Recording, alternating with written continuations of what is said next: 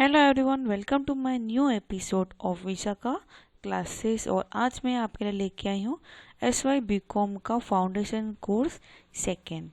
इसमें totally 16 lesson है और मैं एक ही लेसन में आपको मतलब इसी वीडियो में सभी हम चैप्टर्स कर लेंगे। साथ में ये SY BA उनके लिए भी फाउंडेशन कोर्स सेम है और शायद से मेरे हिसाब से SY BSc का अगर फाउंडेशन कोर्स है तो उनको भी शायद से ये सेम ही चैप्टर्स होंगे या ऊपर नीचे कुछ हो सकते हैं। तो सबसे पहले लेसन दिया है यहाँ पे ह्यूमन राइट वायलेशंस। और ये लेसन स्टार्ट करने से पहले अगर आप मेरे चैनल पे अगर फर्स्ट टाइम आए हो तो मेरे चैनल को सब्सक्राइब कर देना और बेल आइकन को जरूर क्लिक कर देना। अब ह्यूमन राइट का तो आपको मालूम है, ह्यूमन राइट का मतलब होता है कि अधिकार, जो ह्यूमंस को अधिकार मिलता है। तो इसी बारे में हम यहाँ पे इस चैप्टर में पढ़ने वाले हैं। क्या इंपॉर्टेंस है क्या नहीं वो देख लेते हैं। सबसे पहले देख लेते हैं मीनिंग ऑफ वल्नरेबल ग्रुप। इसमें क्या दिया है, किसके बारे में दिया हुआ है ये देख लेते हैं। इसका मतलब ही होता है किसी व्यक्ति को फिजिकली या किसी को हर्ट कर देते हैं ना, जो वीक या फिजिकली होता है उसके बारे में यहाँ पे हम बताया गया है। अब इसमें एग्जैक्टली होता है कैसा है वो हम देख लेते हैं। सबसे पहले ऐसा है डिस्क्रिमिनेशन। डिस्क्रिमिनेशन क्या होता है कि हम किसी को गरीब और अमीर में कैसे हम डिस्क्रिमिनेट कर देते हैं, उसके बारे में यहाँ पे बताया गया है। अब इसमें कुछ ना कुछ सुधार भी आया हुआ है। जैसे लोगों ने यहाँ पे वुमेन्स के जो होते थे ना, वुमेन्स चाइल्ड जो होते थे उनको सोशलिज्म में थोड़ा बहुत सुधार भी आने लग गया था। उसके बाद यहाँ पे बहुत लार्ज स्केल में माइग्रेशन होने लगा, डिस्प्लेसमेंट होने लगा। क्यों होने लगा कि टेक्नोलॉजी को चेंजेस आने की वजह से वो भी यहाँ पे चेंजेस आने लग गए थे। एक्सप्लोटेटेड, इसका मतलब यहाँ पे क्या हो गया है कि जो हमारा एटीट्यूड ऑफ टेकिंग होता है एडवांसिंग में, जो वीकर सेक्शन के सोसाइटी को वहाँ पे एंटी सोशल बिहेवियर किया जाता है। ये खाली आपको जो मेन वर्ड्स दिया है ना वही आपको याद रखना है, बाकी अंदर के इतने मीनिंग थोड़े बहुत अगर समझ जाओगे तो वो भी चलेगा। अब यहाँ पे डेप्रिवेशंस क्या बोला जाता है कि जो हमारे दो both conducting of each other होते हैं as a one leader to the other, यहाँ पे उसके बारे में एग्जाम्पल यहाँ पे बताया गया है। ठीक है, वही सब दिया है, इसके ज़्यादा कुछ इंपॉर्टेंट यहाँ पे है नहीं। बस आपको ये ध्यान रखना है कि कौन से पॉइंट किस लिए कहाँ पे क्या काम आ रहा है वो आपके लिए मेन है। अब शेड्यूल्ड कास्ट। शेड्यूल्ड कास्ट आपने देखा है, वो आपके स्कूल कॉलेजेस में जब एडमिशन लिया जाता है तो शेड्यूल्ड कास्ट को पहले प्रायोरिटी मिलती है, उनको फर्स्ट एडमिशन उनको मिलता है, उनके लिए सीटिंग मतलब अलग से दी गई होती है। अब यहाँ पे क्या दिया, untouchable and other crime. Untouchable has been major crime related to the gender together against the low caste. This has also been debated. Untouchable related crime of media and the government of India has taken several measures to combat this section's crimes against the lowest in the sun. Untouchability मतलब किसी को touch ना touch, untouchable जिसको हम touch कर देते हैं non, ऐसे ही उसके बारे में। पॉवर्टी मालूम है, गरीबों के लिए बोला गया। इकोनॉमिक्स आपको मालूम है, इकोनॉमिक में उसके लिटरेचर हो सकता है या उनके अमाउंट ऑफ उतने पैसे नहीं होंगे या पॉवर्टी लाइन में होंगे या लैंडलेस होंगे, जिसके पास ज़मीन नहीं होगी वो सब। अब इनको कुछ ना कुछ इनको राइट्स मिली गई हैं। क्या राइट्स मिली गई हैं इनको बताया गया है, जैसे the constant of 8.6 of population live here with the maximum constant of population seen in the north eastern part of the India में 8.6 ऑफ पीपल ST। हम यहाँ पे ST अभी पढ़ेंगे, ST का से पीपल यहाँ पे लेते हैं। लैंड यहाँ पे क्या बताया गया है कि जो फॉरेस्ट लॉ के हिसाब से not only align the forest dwell as known today but the further pushes them to break a poverty and validate. बाद में यहाँ पे और बताया गया है कि the native land own by the forefather for generating together. इसमें जो उनके दादा परदादा जो ज़मीन यूज़ कर रहे थे वो इन्हीं की ज़मीन रहती है। The forest land loose goes due to the environment degraded. जो फॉरेस्ट में जो लैंड होती है एनवायरनमेंट में अगर कुछ आ जाता है, जैसे हमारा तो क्या बोलते हैं तूफान आ रहा है, कुछ आ गया, उसकी वजह से क्या हो जाता है फॉरेस्ट जो लैंड उनकी जो होती है वो क्या हो जाती है, लॉस हो जाती है। डिस्प्लेसमेंट। डिस्प्लेसमेंट डेवलपमेंट क्या बोला जाता है यहाँ पे, ये regular feature almost tribal has they are been large scale migrate to city and the township of the account of this. उन लोग एक जगह से दूसरी जगह पे माइग्रेट, माइग्रेट मतलब एक जगह से हम दूसरी जगह जब शिफ्ट हो जाते हैं थोड़े टाइम के लिए या इकोनॉमिक या गवर्नमेंट की वजह से उसको माइग्रेन हम बोला जाता है। माइग्रेन का एक दिन मैं आपको टॉपिक अलग से पढ़ाऊंगी, एग्जैक्टली इसमें बहुत सारे टाइप्स ऑफ माइग्रेन्स होते हैं, वो सब भी हम इसमें देखेंगे कभी और। आज के लेक्चर्स में हम देखने वाले हैं इकोनॉमिकली लेबल्स के बारे। शॉर्टकट जैसे वो मैं पढ़ो ना, वही वर्ड याद रखना है। इकोनॉमिकल लेबल, इकोनॉमी मतलब पैसे के बारे में, लेबल मतलब जो अगर लेबल नहीं होगा तो कुछ नहीं होगा। अब लेबल अलग अलग तरीके से हो सकते हैं। जैसे यहाँ पे एग्रीकल्चर लेबल दिया, एग्रीकल्चर लेबल क्या करता है, वो फार्म करता है, खुद के लिए भी करना पड़ता है कि जो वो फार्म करेगा वो खुद भी उसको वही खाता है रहता है, तो उसके लिए वो एक तरह की अर्निंग है, वो फार्म करने के बाद बेचेगा। लेकिन आपने ध्यान अगर कभी देखा होगा, जो प्राइसली हमें मिलता है हमें मार्केट में जो वेजिटेबल्स फ्रूट्स, उतने में तो उनको उतना पैसा उनको नहीं मिलता है। जैसे अगर आप कांदे 40 रुपये किलो होंगे तो उनको वो 3 या 4 रुपये किलो में ही बेच ले। तो आप देख सकते हो कितना फ़र्क आ जाता है यहाँ पे, नहीं चलेगा। अब यहाँ पे राइट्स ऑफ वुमेन, वुमेन्स की क्या क्या राइट्स होती हैं वो यहाँ पे बताया गया। क्या बोला गया, women is not a new predominance in India. Women in India society has been victim of the ill treatment, humility, trouble.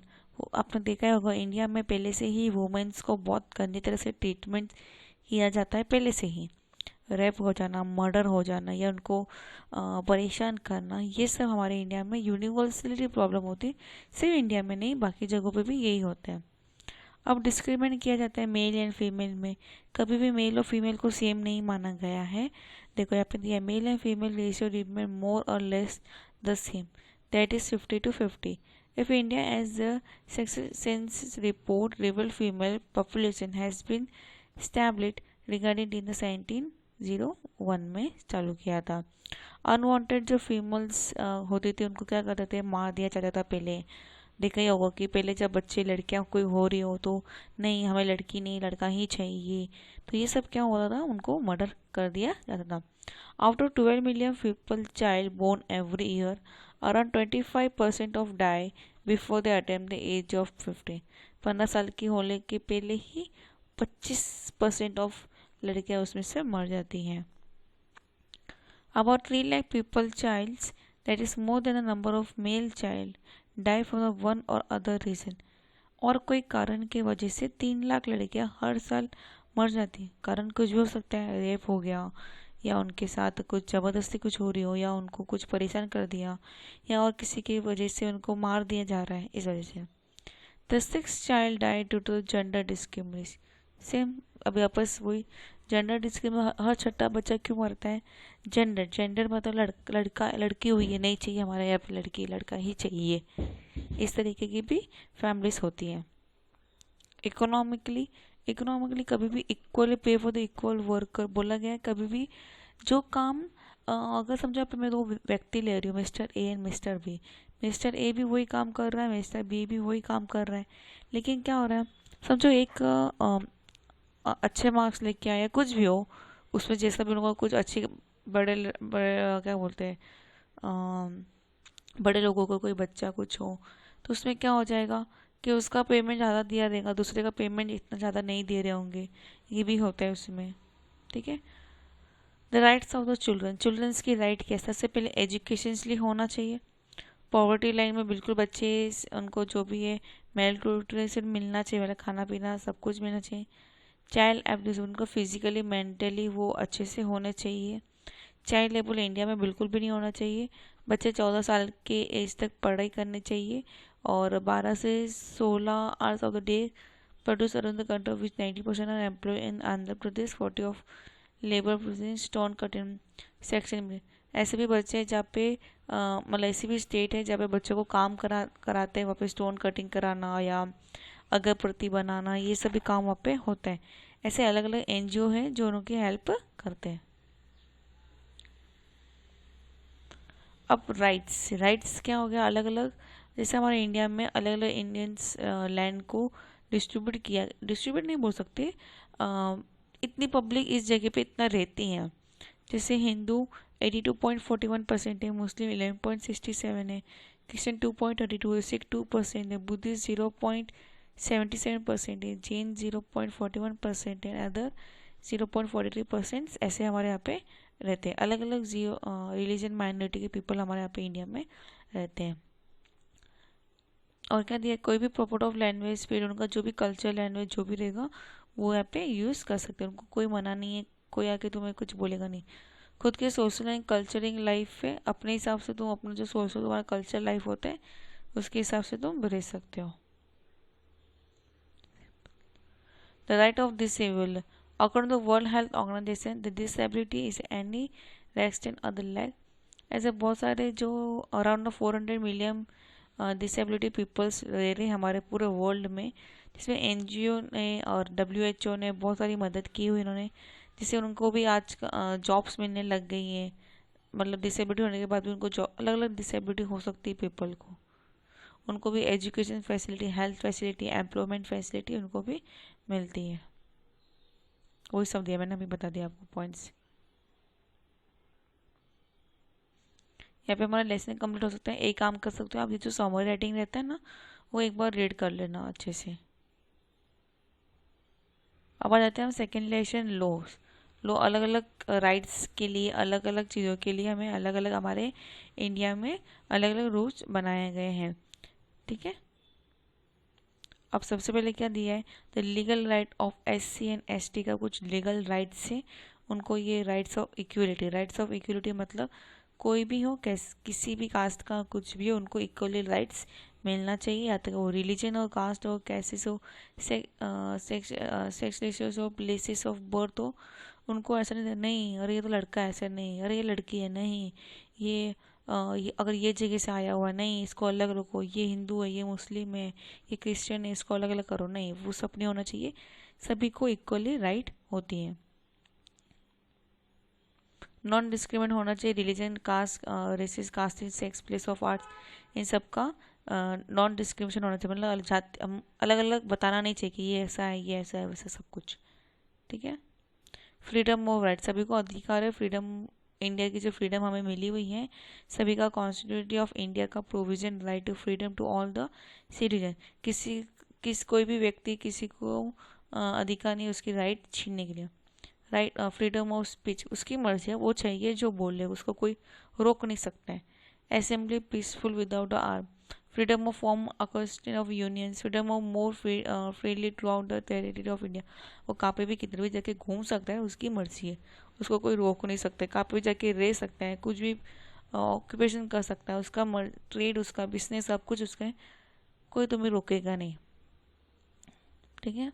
The property of the traffic in human being are the force in labour, तुम किसी को force नहीं कर सकते, कोई छोटे बच्चे को या खास करके कि उनको तुम ये काम करो या तुम्हें ये फोर्स है, चाइल्ड्स को फैक्ट्रीज में ये सब काम तुम नहीं करा सकते हो। हम किसी भी चाइल्ड को ट्रैफिक के लिए, ह्यूमन बींग्स के या फोर्स, लेबरिंग फोर्स के लिए हम उसको फोर्स नहीं कर सकते, यार तुम छोटे हो या तुम्हें ये काम करना चाहिए, कोई भी अपने बच्चे को या और किसी के लिए या किसी के अंदर हम उसको या बाय या सेल भी हम नहीं कर सकते हैं। यहाँ तक कि कोई बच्चा अगर आपको क्या बोलते हैं बेचते हुए सामान अगर दिख जाए तो आप उसके अगेंस्ट उन पेरेंट्स या उन जो भी उनके आगे बचे रहेंगे उनके ऊपर आप फाइल कर सकते हो, case files. No child below the age of 14 years are be employ, 14 साल के नीचे का कोई बच्चा होगा अगर वो काम कर रहा हो तो वो भी नहीं चलता है।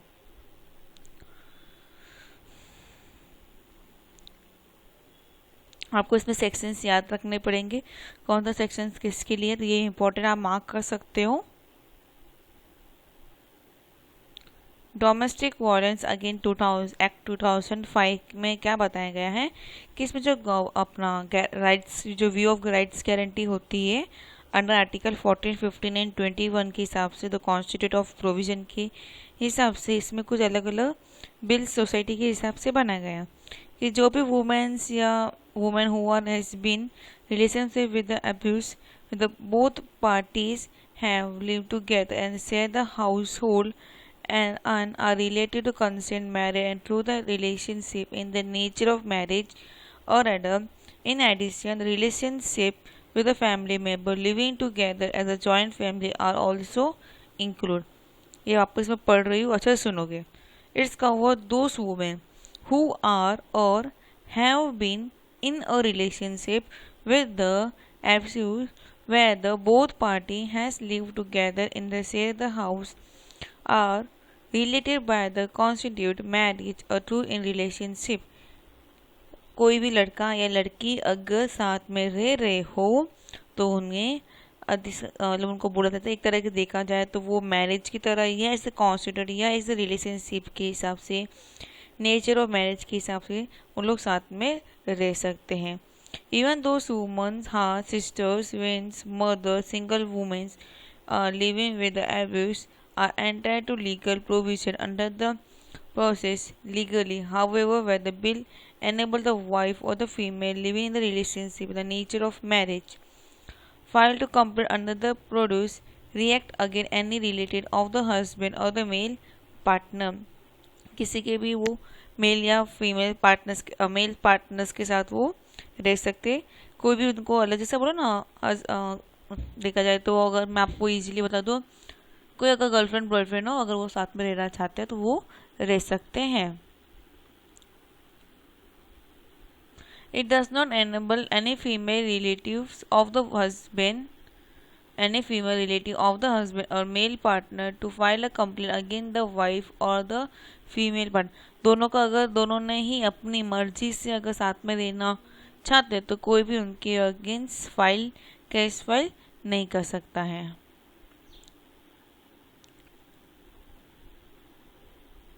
वाह, यहाँ पे तो मेरा ही नाम आ गया है, विशाखा गाइडलाइंस। वेरी गुड, क्या बात है, आजकल मेरा नाम भी बुक्स में आने लगी है। चलो मैं क्या बोलती हूँ देख लेती हूँ। Sexual harassment of the workplace 1997 के हिसाब से the Supreme Court in the case of Vishakha v the state of Rajasthan. वाह, सब कुछ सेम हो रहा है, मेरा ही नाम मेरा ही स्टेट। वाह, अच्छी बात है। क्या दिया इसमें कि उन्होंने जो given her right to stay safety healthy and working employ environment. Women's का अधिकार है कि वो जहाँ पे काम कर रही हैं वो जगह सेफ हो, हेल्थी हो और वर्किंग एनवायरमेंट की तरह होना चाहिए। अगर इसके मतलब जैसे समझो कभी कभी होता है ना सेक्सुअल हारेसमेंट, पीछे आके बॉस आके तुम्हें टच कर रहा हो, ये कर रहा हो, तो अगर ये सब कुछ हो रहा हो तो आप उसके अगेंस्ट ह्यूमन राइट के हिसाब से आप उनके ऊपर केस फाइल कर सकते हो। The court had laid down a certain mandatory bind guideline to follow by all the workplace belong to the public and private sector and made it mandatory for every employer to ensure a safe harassment-free working environment for the women। सभी employers को बोला गया है कि अगर आपके यहाँ पे कोई भी वुमेन्स काम कर रही हैं, ये वुमेन्स के लिए बताया गया है, तो क्या करें, कभी कभी मेल्स के साथ भी होता है ऐसे हरेसमेंट होते रहते हैं, लेकिन वुमेन्स के साथ ज़्यादा होता है, इसलिए तो उनके वहाँ पे जहाँ पे काम करे वो जगह सेफ होनी चाहिए। आपको मतलब ऐसा नहीं लगना नहीं यार डर रह रहा है, वो सब नहीं होना चाहिए। हरेसमेंट फ्री वर्किंग एनवायरनमेंट होना चाहिए कोई भी लड़की के लिए। अब ये इसके साथ क्या हुआ तो वो सब यहाँ पे बताया गया है। यहाँ पे एक देवी है जो क्या बोलते सोशल वर्कर करती है, जो स्टेट गवर्नमेंट ऑफ राजस्थान के बारे में यहाँ पे बताया गया है, जिसमें फाइट्स अगेंस्ट चाइल्ड या मल्टी मैरिज हो रहा, मतलब एक ही बोलो ना एक ही मेल या एक ही फीमेल की एक ही मेल की नॉट फीमेल हो सकती है, एक ही मेल की बार बार शादी हो रही है बिना डिवोर्स हुए, बिना उनकी साथ में एक साथ 3-4 वाइफ्स रखना, तो वो क्या करती है ये सब को वो स्टॉप करती थी।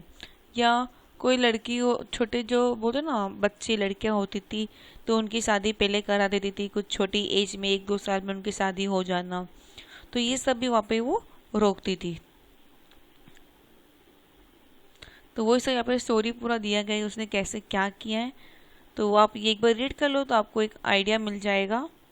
ये मेन लाइन यहाँ पे दिया है कि यहाँ पे गैंग रेप हुआ था और जो उन्होंने गैंग रेप हुआ था उसको एक नाम देना था, किस नाम से कोर्ट में हम नाम डाला, तो वो under the name of Vishakha का asking the court to give a certain direction regarding the sexual harassment के लिए। तो इसका जो सुप्रीम कोर्ट से जजमेंट आया था वो आया था 13 अगस्त 1997, इसलिए इसका नाम दे दिया था विशाखा गाइडलाइन। ठीक है, चाइल्ड लेबर, ये वापस वही टॉपिक आ गया कि चाइल्ड लेबर नहीं होना चाहिए। 14 साल के बच्चों से नीचे वाले बच्चों के साथ कोई भी हम चाइल्ड लेबर नहीं करा सकते, उनसे कुछ भी ऐसा कुछ भी हम काम नहीं कराने का रहता है। और इक्वल अपॉर्चुनिटी सेम टॉपिक है।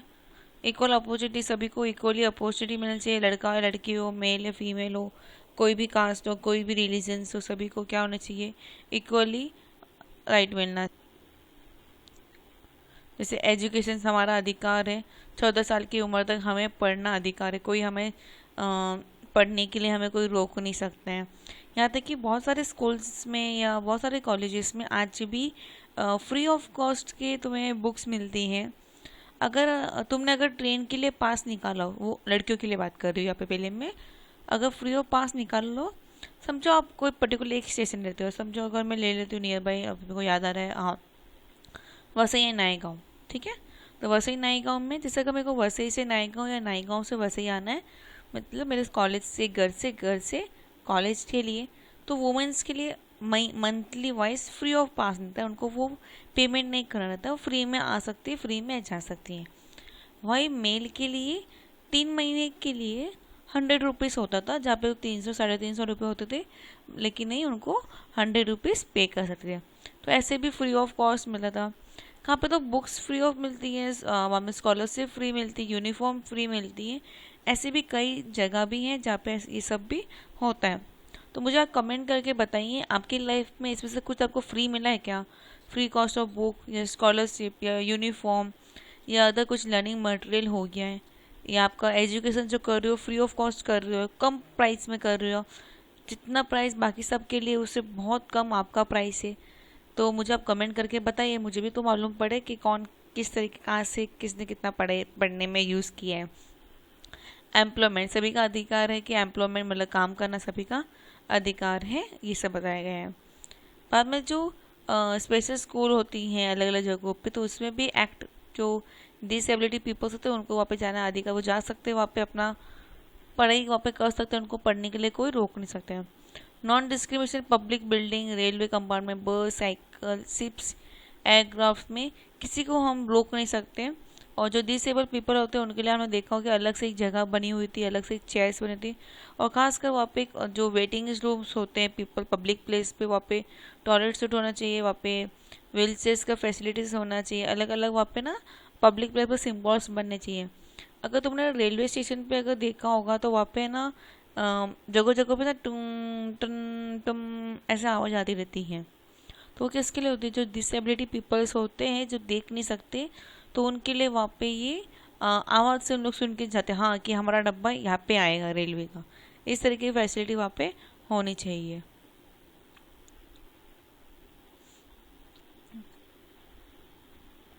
नेशनल एंड स्टेट लेवल के हिसाब से क्या दिया? Under the right of the people, demography is not enough, there is also need to understand the implement of this right, legal provision होना चाहिए atmosphere के हिसाब से, सभी को सिटीजनशिप्स का एंजॉय ऑफ सिटीजनशिप मिलना चाहिए, उनको कोई बोल नहीं सकता नहीं तुम यहाँ के नहीं हो, तुम वहाँ के हो, ये भी वहाँ पे नहीं होना चाहिए। किसके हिसाब से यहाँ पे बोला गया? Act of 32 and article of 226 के हिसाब से। The nation human right commission, इसको हम बोलते हैं NHRC के हिसाब से ये एक्ट आया था, ह्यूमन राइट एक्ट 1993 के हिसाब से। The body public body constitute of 12 अक्टूबर 1993 के। कुछ अलग अलग राइट्स लिए उनको वो सब हमें फॉलो करना चाहिए, वही सेम पॉइंट से क्या क्या राइट्स है। The nature commission for the schedule caste and the nature commission for schedule tribes, CS और CT के क्या राइट्स होने चाहिए वो सब यहाँ पे बताया गया है। तो यही हमने भी पढ़ लिया कि उनको वर्किंग वर्क प्लेस बराबर सबको अधिकार मिलना चाहिए, एजुकेशनली सभी को बराबर मिलना चाहिए, एनवायरमेंट इकोनॉमिक डेवलपमेंट उनका भी होना चाहिए, वो यूनियन हो या एनी स्टेट हो, उनको कुछ फ़र्क नहीं होना चाहिए, ठीक है। National commission for the women's के लिए, वुमेंस का ये पॉइंट याद रख लो, जनवरी 1992 under the nation commission for human act 1990, act of 20 of 1990 of 1990 of the government of India, कि उनको क्या राइट्स मिलना। और जो राइट्स अभी हमने पढ़ा था ना, safeguards of women's, facilities, redress, ये सब वही राइट्स है। माइनॉरिटी कमीशन माइनॉरिटी कमीशंस का तो अभी मैंने अभी ऊपर ही हमने टॉपिक क्लियर कर दिया था कि क्या था वही। तो इसमें अदर पॉइंट्स है ना, आपको बहुत बार है ना रिपीट मिलेंगे, तो ध्यान रखना आंसर्स आप जो पढ़ रहे हो ना वो थोड़ा संभल के। लेट्स अब सम मतलब right are the what they make a demography works होना चाहिए, जहाँ पे हमें कास्ट या जेंडर्स या प्लेस ऑफ बर्थ इक्वली ऐसे राइट्स में कुछ प्रॉब्लम नहीं आनी चाहिए। Countries are the usual gaps in the development which did the government take measure to provide a social and economic security of the peoples. Dealing with the environmentally condition. Up atmosphere, water, soil are the most important component of environments. बराबर कहाँ से होता है ये सब? Rainfalls हो गया, ह्यूमिडिटीज हो गई, टेम्परेचर्स हो गया, सनलाइट्स होती है, इन वजह से हमें यहाँ पे एनवायरनमेंट से मदद मिलती है। अब हमें ट्रीट कैसे करते हैं इन सभी को, वो सब बताया गया। अब क्या होता है कि जब जब नेक्स्ट सेंचुरी आती है, जब कुछ प्लांट्स पहले होते थे लेकिन वो धीरे धीरे प्लांट्स क्या हो रहे हैं, घटते जा रहे हैं, ख़त्म होते जा रहे हैं। एनिमल्स है वो धीरे धीरे ख़त्म होते जा रहे हैं। क्यों होते हैं वो भी आपको मालूम है क्यों? एक पॉल्यूशन होना या ग्लोबल वार्मिंग बढ़ जाना। ग्लोबल वार्मिंग से जो ओजोन लेयर होता है उस पर डिफरेंट अपना प्रॉब्लम्स आने लग जाती हैं। ये सभी हमें यहाँ पे प्रॉब्लम होती है। अब क्या करना चाहिए हमें कि जो मेंस या वुमेन जो भी हो उनको standard of living, health, education, security, ability of equality, qualities, foods come from mobility, recreate sports, but ill effect these development are not in sense because they happen slowly, individually. अब हमें atmosphere को अच्छा करने के लिए क्या करना चाहिए कि उसके लिए कुछ अलग अलग ट्रीटमेंट है कि जो water cycles or the climate changes होता है, राइसिंग सी ले, एटमॉस्फेयर पॉल्यूशन, ये सबको क्या करना चाहिए, हमें कंट्रोल करना चाहिए।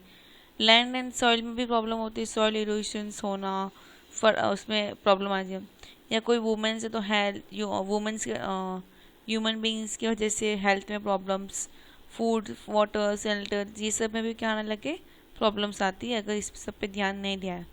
हैबिटेट लॉस का मतलब ही क्या हो गया है, अगर मैं इसको हिंदी में बोलूँ तो हम बोल सकते हैं जो हमारे प्राकृति मतलब एनवायरमेंट के लॉसेस के बारे में यहाँ पे बताया गया।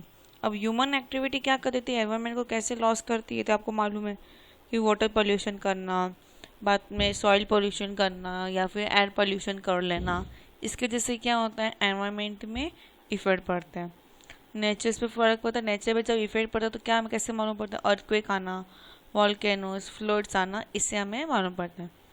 और कैसे होता है कि जब रैपिडली ग्रोथ ऑफ पॉपुलेशन, फटाफट एनवायरनमेंट में ग्रोथ हो रही हो, पॉपुलेशन की ग्रोथ हो रही है, उससे भी क्या होता है, इफेक्ट पड़ता है। एक्यूट इकोसिस्टम्स में कॉस्टल डेवलपमेंट की वजह से, या इम्पैक्ट ऑफ मैंग्रोव्स एक तरह का बहुत अच्छा हैबिटेट फूड क्या बोलते हैं, food source of number of acute species है, उस पर भी आजकल क्या होने लगे, इम्पैक्ट पड़ने लगे। पोल्यूशन मैंने बता दिया। ऑयल स्पिरिट, जब क्या बोलते हैं अपना ट्रक और टैंकर्स हो गया या इस तरीके से कुछ शिप्स हो गया, पाइपलाइन हो गया, उसका ऑयल स्पिरिट है। जब ऑयल स्पिरिट होता है या फैल जाता है, जिसको हम फैलना बोलते हैं, पानी या किधर भी सांस का अगर पानी में फैलता तो क्या होगा, जो नीचे की मछलियाँ ये सब जो रहेगी उस पर से इफेक्ट पड़ेगा। अगर वो क्या बोलते हैं बाकी जगह किधर गिरेगा तो भी हमें इफेक्ट करेगा। Impact of habitat loss, human population पे कैसे इफेक्ट पड़ा, अभी मैंने पढ़ा। Birds and animals, rural development में क्या हो रहा है, पीपल पुअर से पुअर होती जा रही है, लेस नेशनल हैबिटेट मिल रहा है, एनवायरनमेंट से लेस कम होने लग गया, नेचुरल रिसोर्सेज जितना था उससे कम होने लग गया। फिर बर्ड स्पाइसीज और एनिमल स्पाइसीज क्या होने लगे, धीरे धीरे क्या होने लगे, कम होने लग गए। इरिगेटिंग ऑफ एनवायरनमेंट्स कैसे होता है कि हमें जो सोर्सेस ऑफ रिसोर्सेज होते हैं वो सभी को हमें ध्यान रखना चाहिए कि किस तरह से हमें कितना यूज़ करना है। बीच में भी आया था save water, save the drop of water, तो एक एक ड्रॉप्स ऑफ वाटर हमें क्या करना चाहिए, सेव करना चाहिए। अब आता है पोल्यूशन अलग अलग तरीके से पोल्यूशन हो सकता है। सबसे पहले दिया है वाटर पोल्यूशन कैसे हो सकते हैं कि जो रेन वाटर आ रहा है वो हम क्या बोलते हैं, आजकल रेन जो पानी की बारिश होती है उसमें केमिकल्स आने लग गए। क्यों केमिकल्स आने लग गए, फिर नीचे से फैक्ट्रीज इंडस्ट्री होती है, उनका जो एयर पोल्यूशन जो ऊपर जब जाता है उसकी वजह से क्या होने लगा, रेन वाटर्स में प्रॉब्लम आने, ग्राउंड वाटर्स कम होने लग गए। बाद में जैसे रेन वाटर्स होते थे वो भी कम होने लगे। सेफ वाटर आजकल जितना हमें मिलना चाहिए इससे अच्छा पानी वो नहीं मिलता, अनसेफ और वाटर ड्रिंकिंग में हम यूज़ करते हैं। एयर पोल्यूशन अभी आपको मालूम है किस तरीके से एयर पोल्यूशन हो सकता है, रेन की वजह से, एनर्जी की वजह से या ट्रांसपोर्ट की वजह से भी एयर पोल्यूशन होते हैं। Climate change, suddenly climate change हो जाना। क्लाइमेट चेंज कब होता है, जब हमारे क्लाइमेट में जब ज़्यादा पोल्यूशन चला जाए उसकी वजह से क्लाइमेटली चेंज होना, जो ग्लोबल वार्मिंग होता है उसके ऊपर ज़्यादा चले जाएँ तो उसकी वजह से भी क्लाइमेट चेंजिंग होता है। अगर आपने 2019-20 और अभी ये 21 के कुछ दिनों, खासकर 19-20 के ये टाइम में अगर देखा होगा कभी भी बारिश होती थी, खासकर 19-20 के बीच में आपने देखा होगा फुल टाइम बारिश हुई। कोई भी महीना निकाल दो, एक उस महीने में 1 या 2 बार तो बारिश हुई है। क्यों होती है बारिश सडनली होना, क्योंकि क्लाइमेटली चेंज हो गया, कुछ प्रॉब्लम्स हुई इसलिए वहाँ पे चेंजेस आने लग गया। ठंडी के मौसम में अचानक गर्मी लगना, ये सब भी क्लाइमेट चेंजिंग के अलग अलग प्रॉब्लम्स हैं। Global warming and the green house effect की वजह से भी क्लाइमेट चेंजिंग होता है। इसकी वजह से क्या ना, फ्लड आ जाना, वेजिटेबल पैटर्न्स में चेंज हो जाना, मॉइस्चर रेन्स होना। मॉइस्चर रेन्स मैंने अभी बताया किस तरीके से। अब आपने ये मुंबई का जो फ्लड सुना होगा 2005 में हुआ था, जिसमें बहुत सारी पब्लिक्स ऑफ मर गई थी, बहुत कुछ ख़राब हो गया था। यहाँ पे आप देख सकते हो कि फ्लड में क्या क्या हुआ था, किस तरीके से हुआ था। 24 आवर रेनफॉल हो रही थी 944 मिलीमीटर के हिसाब से।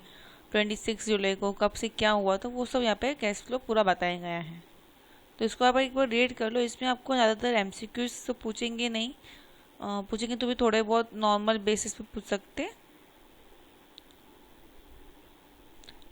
ट्रेड टू पब्लिक हेल्थ में एनवायरनमेंट में जैसे वाटर बोर्ड डिजास्टर होना, हॉस्पिटल्स में हेल्थ सेंटर क्रैक आना, डिस्ट्रीब्यूट ऑफ जो फ्री मेडिसिन है वो चेकआउट हो जाना, आउटब्रेकेट हो जाना बाद में, तो इस तरीके से यहाँ पे प्रॉब्लम्स आना थे। फायर एट द सी, ये एक तरीका का बहुत 2005 में एक ये भी हुआ था। सी में क्या बोलते हैं, फायरिंग बोल दो, मुंबई हाई नोट प्लेटफॉर्म पे हुआ था ये सब, तो वो यहाँ पे बताया गया। एक होता सितंबर 9, 1993 में हुआ था। बस क्या हुआ था वो आपको ध्यान रखना है। इमरजेंसी रिस्पॉन्स, अलग अलग इमरजेंसी रिस्पॉन्स होते हैं वो सब दिए गए हैं। Medically, its number of injury in Maharashtra was about 15,500. About 50 mobile teams of doctors were working. About 125 beds in the civil hospital at the Latent. और फूड्स एंड वाटर्स का सप्लाई आपको मालूम है किस तरीके से, हमने अगर देखा होगा तो आपको मालूम होगा किस तरीके से वाटर एंड खासकर फूड का सप्लाई कैसे होता था। और the dealing with the environment consent 2 के बारे में सेम पॉइंटेड है, सेम चीज़ें हैं कि अर्थक्वेक, फ्लड्स, ये सब के बारे में, अलग अलग डिजास्टर के बारे में बताया गया यहाँ पे। नेचुरल मैन मेड डिजास्टर होते हैं, हाइबर डिजास्टमेंट।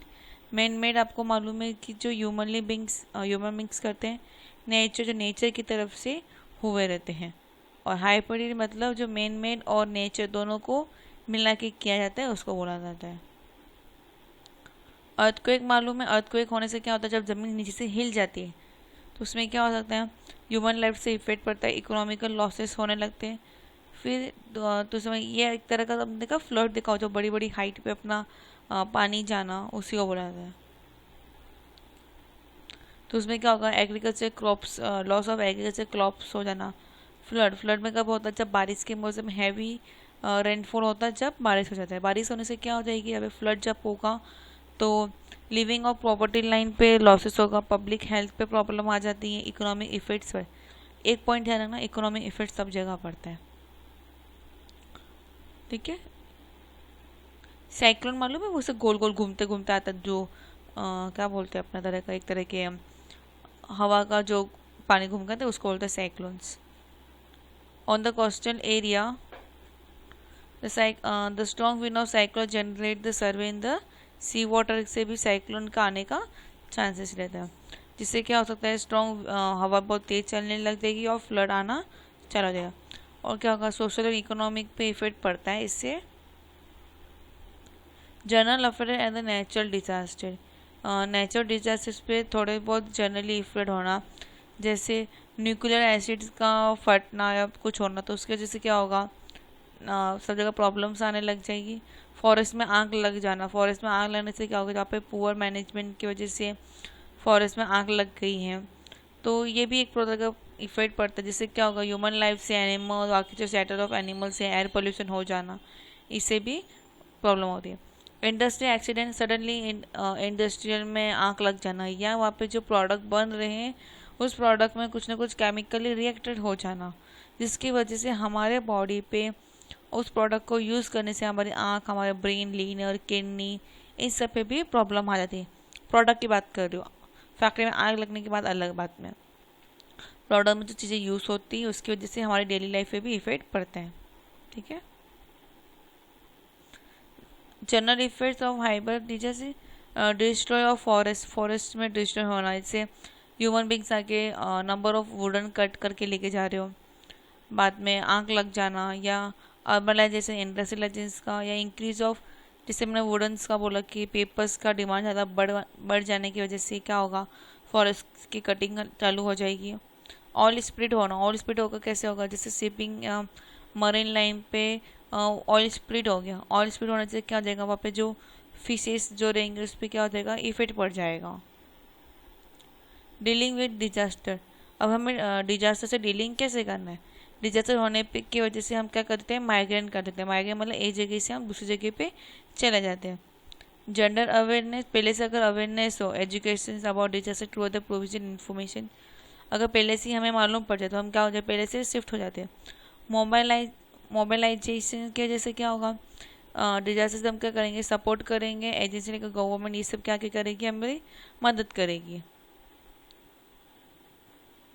और कोई measure to reduce the loss, public awareness बढ़ा देने का, पब्लिक को पहले से बोल दो कि यहाँ पे ऐसे अर्थक्वेक होने, आपको एक पर्टिकुलर जगह पे उनको शिफ्ट कर देना, इस तरह की सब चीज़ें करनी रहती हैं। पोस्ट अर्थवेम, अर्थवेम हो जाने के बाद हमें क्या करना चाहिए, उनको पानी और फूड का सप्लाईमेंट होना जाना चाहिए, मतलब उनको खाना मिलना चाहिए जो पब्लिक पे, अगर पहले अगर हमें नहीं मालूम, सडनली कुछ हो जाए तो हमें पहले उसके बाद क्या करना चाहिए, वहाँ पर जो डैमेज या नीड्स उनको जो जरूरत है उनको सब पहुँचना चाहिए, हॉस्पिटल, मेडिकल सर्वे, ये सब वहाँ पे पहुँचाने चाहिए। Measure to reduce the risk, development early warning system, same सभी में वही सिस्टम है कि ये सब अगर हो रहा तो हमें पहले सबसे पहले एक ध्यान रखना, पोस्ट के बाद आएगा फूड एंड वाटर, मेडिकल, ये सब होने चाहिए। ठीक है।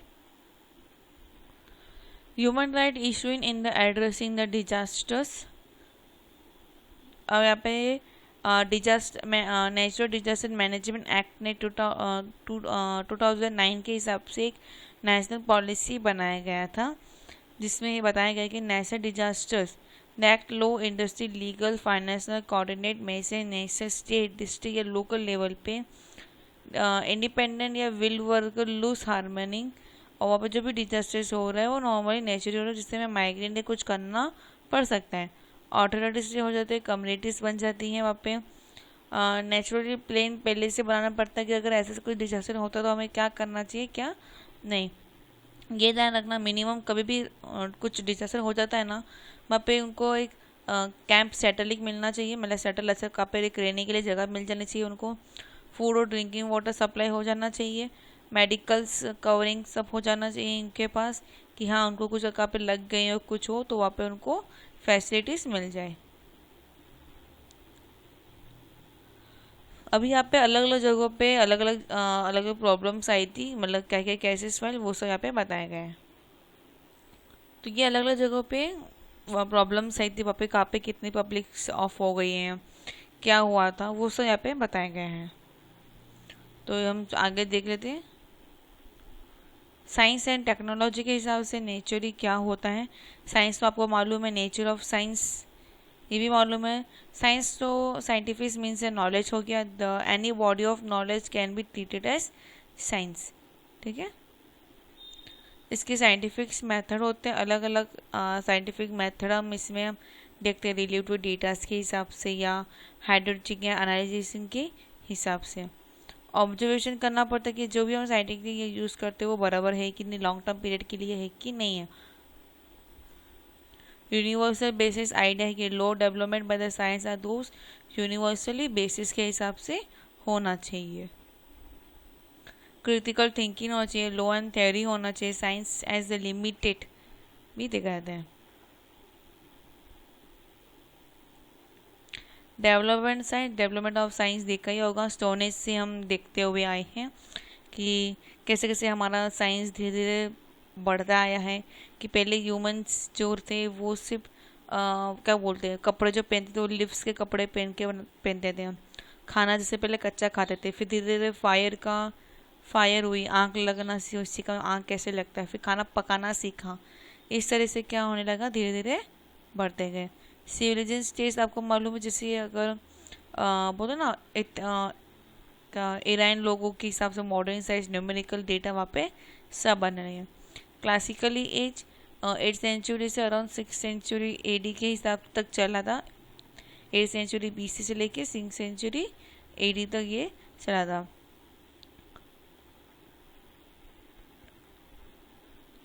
Development science in the middle age में अलग अलग तरह के साइंस से आने लगे, जिसमें अर्ली हाई एंड लेटर्स इस तरीके से उसको डिवाइड कर दिया, जिसमें रोमन्स, इकोनॉमिक, ग्रीक्स, ये सब भी उसमें साइंटिफिक आने लगे थे।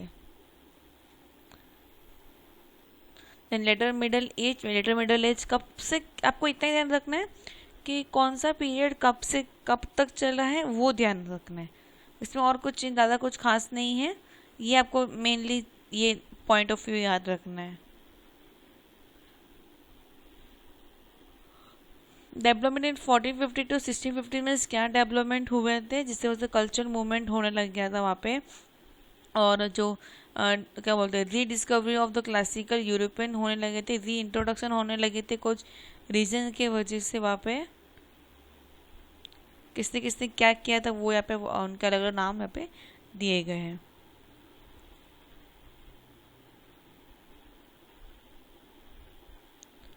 आई होप अब आता है हमारा साइंस एंड टेक्नोलॉजिकल वापस one application of science and scientific temper and the technology के हिसाब से।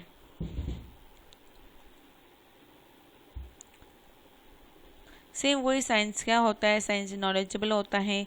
साइंस एक तरीके के नॉलेजेबल, इसमें अलग अलग एक मेथड यूज़ किया जाता है कि कैसे हमें ऑब्जर्व करना है, कंक्लूजन्स क्या होते हैं वो सब हमें देखना रहता है। एक्सपेरिमेंट करना पड़ता है हर एक चीज़ को। जैसे अगर देखा होगा, जैसे हमारा अभी कोविड-19 ले लो, जो मेडिकल्स यहाँ पे जो बन रही है उसका सबका क्या करना पड़ता है, एक्सपेरिमेंट करना पड़ता है कि हाँ एक्सपेरिमेंट करने पे बाद कितना कैसा रिजल्ट आ रहा है, क्या है, उससे हमें मिलता है कि उसमें आंसर्स हमें मिल जाते हैं, वाई एंड हाउ के हिसाब से हमें आंसर्स उसमें मिल जाते हैं। यहाँ पे एक पॉइंट दिया है कि Pandit Jawaharlal Nehru was the first prime minister of India.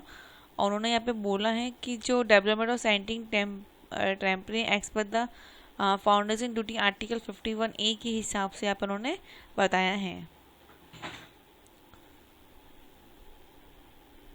इस तरीके से यहाँ पे हमारा ये पॉइंटली मेन बोल सकते हो कि मैथोलॉजिक्स क्या है, ग्रीक सिंधी इसमें क्या है, वो सब यहाँ पे बताया गया है।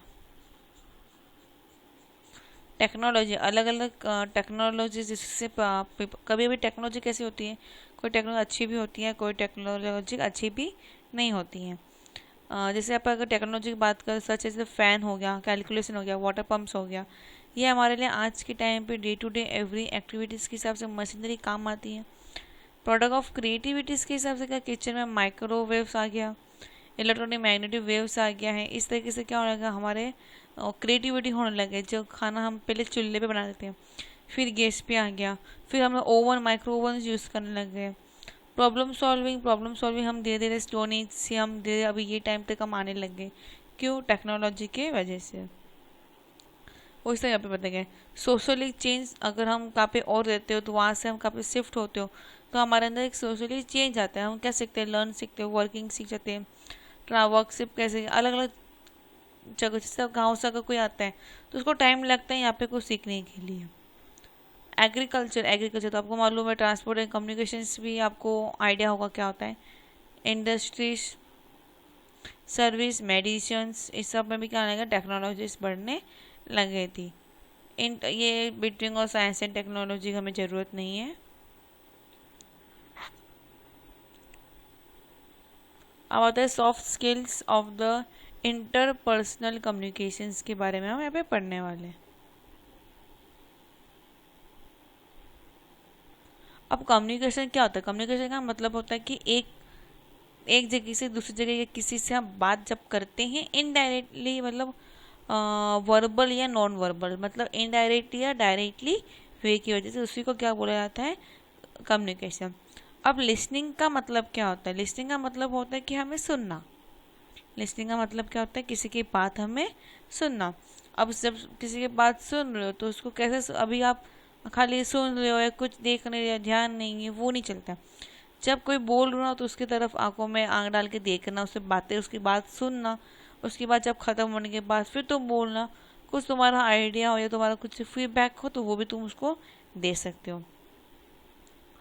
अलग अलग लैंग्वेजेस होती है सभी के इस बात करने के तरीक़ों में, ठीक है। लिसन कैन बी इम्प्रूव, जब कोई बोल रहा है तो उसको क्या करना चाहिए, इम्प्रूवमेंट करना चाहिए। कैसे? रीडिंग में या राइटिंग में या स्पीकिंग में, वहाँ पे क्या होना चाहिए, इम्प्रूवमेंट होना चाहिए। इफेक्टिंग ऑफ कम्युनिकेशन, जैसे अगर कोई स्टूडेंट लिसन नहीं कर रहा है एक पॉइंट ऑफ टाइम पे, तो क्या लगेगा टीचर को, यार रॉन्ग इन्फॉर्मेशन मिलती है। किसको? टीचर्स को, कि यार ये बात नहीं सुन रहा, इसमें कुछ हुआ है क्या, मेरा पॉइंट ऑफ व्यू जो बता रही हूँ वो पॉइंट बराबर है कि नहीं है, इस तरीके से। इम्प्रूव इन द रिलेशनशिप्स, हम जब प्रॉब्लम सेवल करते हैं, जब बड़े या जब बात करते, जब कोई बात कर रहा हो तो बातों से ही क्या हो जाता है, इम्प्रूवमेंट होते हैं। कभी कभार हमारे बातों की वजह से भी रिलेशनशिप में क्या आ जाता है, ब्रेकअप हो जाता है। Help in making decision, listening से क्या होता है, ग्रुप ऑफ आइडिया से हमें क्या मिलता है, एक अच्छा सा डिसीजन हम ले सकते हैं। इन्फॉर्मेशन डिसीजन, बातें करने से, स्पीकर की बात सुनने से, पर्सन की बात सुनने से हमें एक इन्फॉर्मेटिव का कुछ मिल जाता है, जो कभी हमें आइडिया नहीं हो, लेकिन वो टॉपिक या वो बातें भी हमें कभी इन्फॉर्मेशन लग जाती हैं। Verbal and non verbal, verbal means related to word or use of word, writing, spoke, those are the verbal communication, जो हम लिख के बात करते हैं या बोलते हैं उसको verbal. Oral communication, oral communication मतलब क्या हो जाता है, जो ओरली बात करना, ओरली बात करना, उसको एक तरह का नॉन, उसमें वापस personal and non personal type में डिवाइड गया है। पर्सनल टाइप क्या हो गया, जो फेस टू फेस बात करना है। नॉन, जैसे फॉर एग्जांपल कभी आप इंटरव्यू, क्लासरूम डिस्कशन, क्लासरूम हो गया, इंटरव्यू हो गया, ये सब। नॉन पर्सनल कम्युनिकेशन क्या हो गया, जिसमें एक फेस टू फेस डायलॉगिंग नहीं होते हैं। टेलीविजन ले लो, सामने वाला जो बोल रहा है वो हमें सुने दे रहा है, लेकिन हम कुछ बोलेंगे तो सुनेगा क्या, नहीं, उसी को बुलाते हैं। राइटिंग कम्युनिकेशन, किसी चीज़ को रिटर्न में लिखना, like a letter, invitation, notes and etcetera. Permanent and legally, ये कुछ नहीं चलेगा, खाली मेन पॉइंट ऊपर ऊपर के पढ़ लेना बस। नॉन वर्बल, नॉन वर्बल जिससे कैसे बोलो, अभी कुछ मूवमेंट, आइज कंट्रोल करना या तुम्हारे चेहरे के इमोशनल से बातें करना, वो सब। जिसमें आता है सबसे पहले आता है साइन लैंग्वेज। आपने देखा होगा बहुत सारे क्या बोलते हैं रहते, जो हाथों से साइन दिखा के अपनी लैंग्वेज बातें करते हैं, वो सब, उसी को क्या बोलता है, साइन लैंग्वेज। कोई अलग अलग चार्ट, जिससे हो जाए तो उनके लिए साइन लैंग्वेज हो गया, जो सुन नहीं सकते हैं। लेकिन एज द बिजनेस में भी हम कभी कभी पाई चार्ट यूज़ करते हैं, ग्राफ यूज़ करते हैं, टेबल यूज़ करते हैं, ये भी एक तरह का क्या हो गया, साइन चार्ट्स हो गए। या फिर हमें मालूम है रेड सिग्नल हुआ तो हाँ तो रुकना है, तो ये क्या हो गया, साइन लैंग्वेज एक तरीके से हो गया। यहाँ कहाँ पे BST लिखा है, BST का मतलब भी क्या हो गया, बस, क्या हमें मालूम है यहाँ पे बस आके रुकने वाली है। बॉडी लैंग्वेज, बॉडी लैंग्वेज आपके बॉडी से, आपके पूरे बॉडी के हिसाब से एक लैंग्वेज जो बनी जाती है उसको देखा जाता है। जिसमें आता है फैक्चुअल एक्सपीरियंस। फैक्चुअली देखा जाए तो क्या आप तुमसे अभी कैसे बताऊँ मैं आपको, थिंकिंग हो गया या उनका जो वेरिएबल फॉर्म्स हो गया या स्माइल हो गया, ये सब। पोस्चर, वेदर द साइज और the shape of the body, किसी के बॉडी से पीछे से, हाँ कोई खड़ा पीछे से देख के, अरे यार ये तो ये मम्मी मम्मा है, अरे ये है, क्यों, उसे बॉडी, हमने उनकी मम्मा की अपनी मम्मी की बॉडी पूछ हमने ध्यान लिया, अरे हाँ ये मम्मा। कितने भी कोई खड़ा हो तो उससे हम पहचान लेते दूर से भी, अरे वो देखो पापा जा रहे हैं अपने। तो वो क्या बोलते हैं, बॉडी पोस्चर। ठीक है।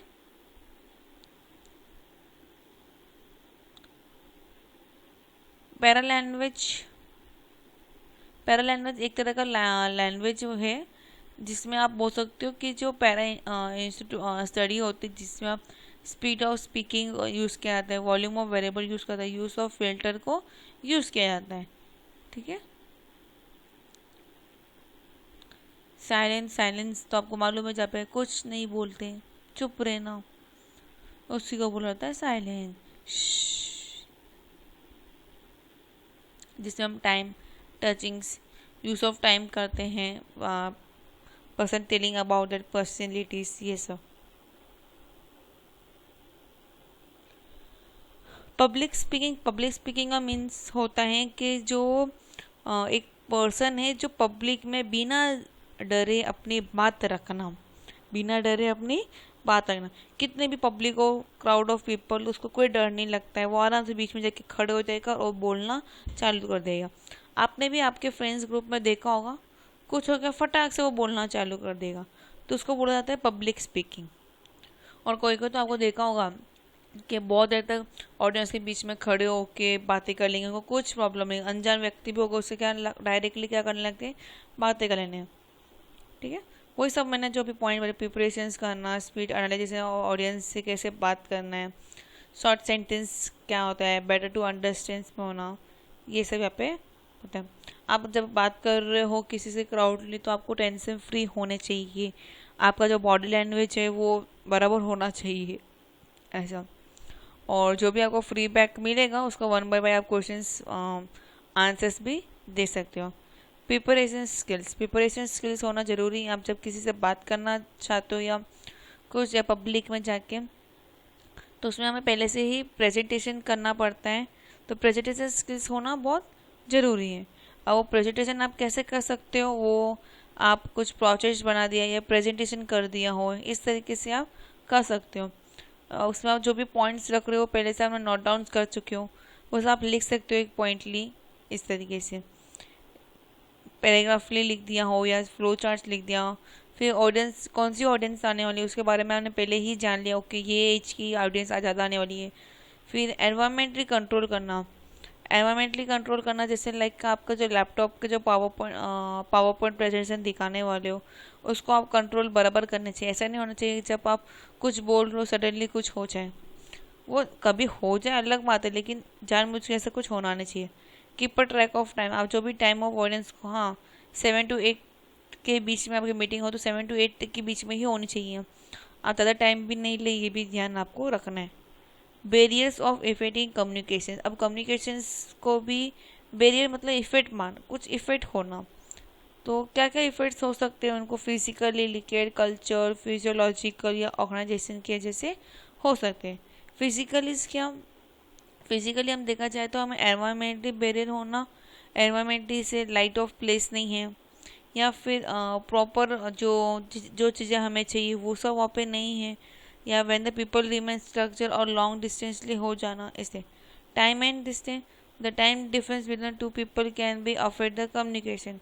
समझो तुम यहाँ पे हो, तुम्हारा कोई दोस्त या तुम्हारे पेरेंट्स कभी फॉरेन्स गए हो, तो बात करने में क्या हो जाता है, प्रॉब्लम हो जाती है। क्यों, वहाँ पे कभी रात होगी तो यहाँ पे मॉर्निंग होगा, नाइट एंड मॉर्निंग का फ़र्क पड़ जाता है, तो उसका होता है टाइम एंड डिस्टेंस का फ़र्क आना। इफेक्ट इन मीडिया, मीडियम्स मतलब आपके जो बोलने की जो बातें होती है ना, लैंग्वेज, तो वो फ़र्क पड़ सकता है। किसके लिए, चलो हिंदी अपने इंडिया में हिंदी सबको आती है, लेकिन इन लिटरेट पीपल को भी कोई ऐसे हैं जिसको हिंदी तो आती है, लेकिन आप कोई अगर बाकी लैंग्वेज अगर यूज़ कर लो तो उनको वहाँ पे समझेगा नहीं। Language is the primary tool of the communication, problems में affect in communication. Different in language, अगर आप कहाँ पे जा रहे हो तो आपके लिए क्या हो जाएगा, बोलो ना, लैंग्वेजली अलग बनना है। अब जैसे हमारे लिए यहाँ पे कोई वर्ड का मीनिंग अलग होता है, तो किसी और जगह पे जाने पे उसका वर्ड का मीनिंग क्या हो जाता है, अलग। ठीक है।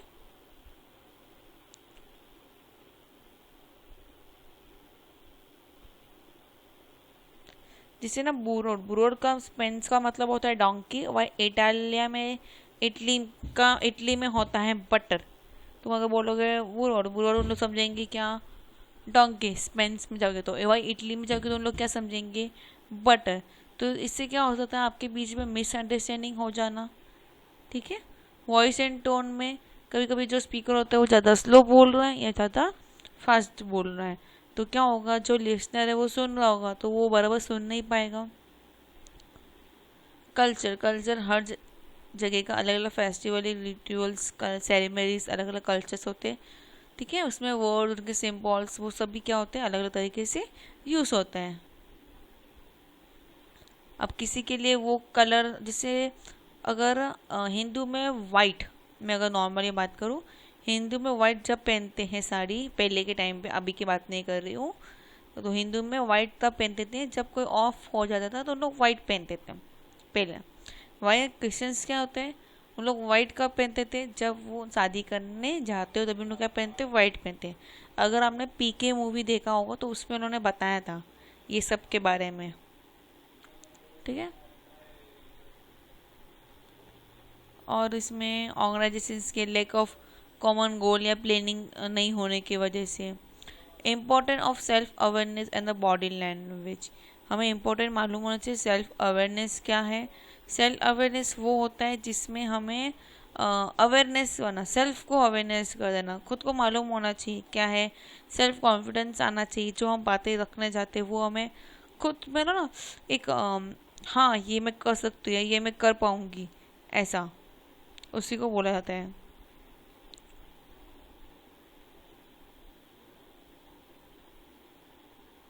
चेंजेस ऑफ कम्युनिकेशन, अलग अलग तरीके से चेंजेस ऑफ कम्युनिकेशन होता है, दो तरह का दिया है, फॉर्मल एंड इनफॉर्मल।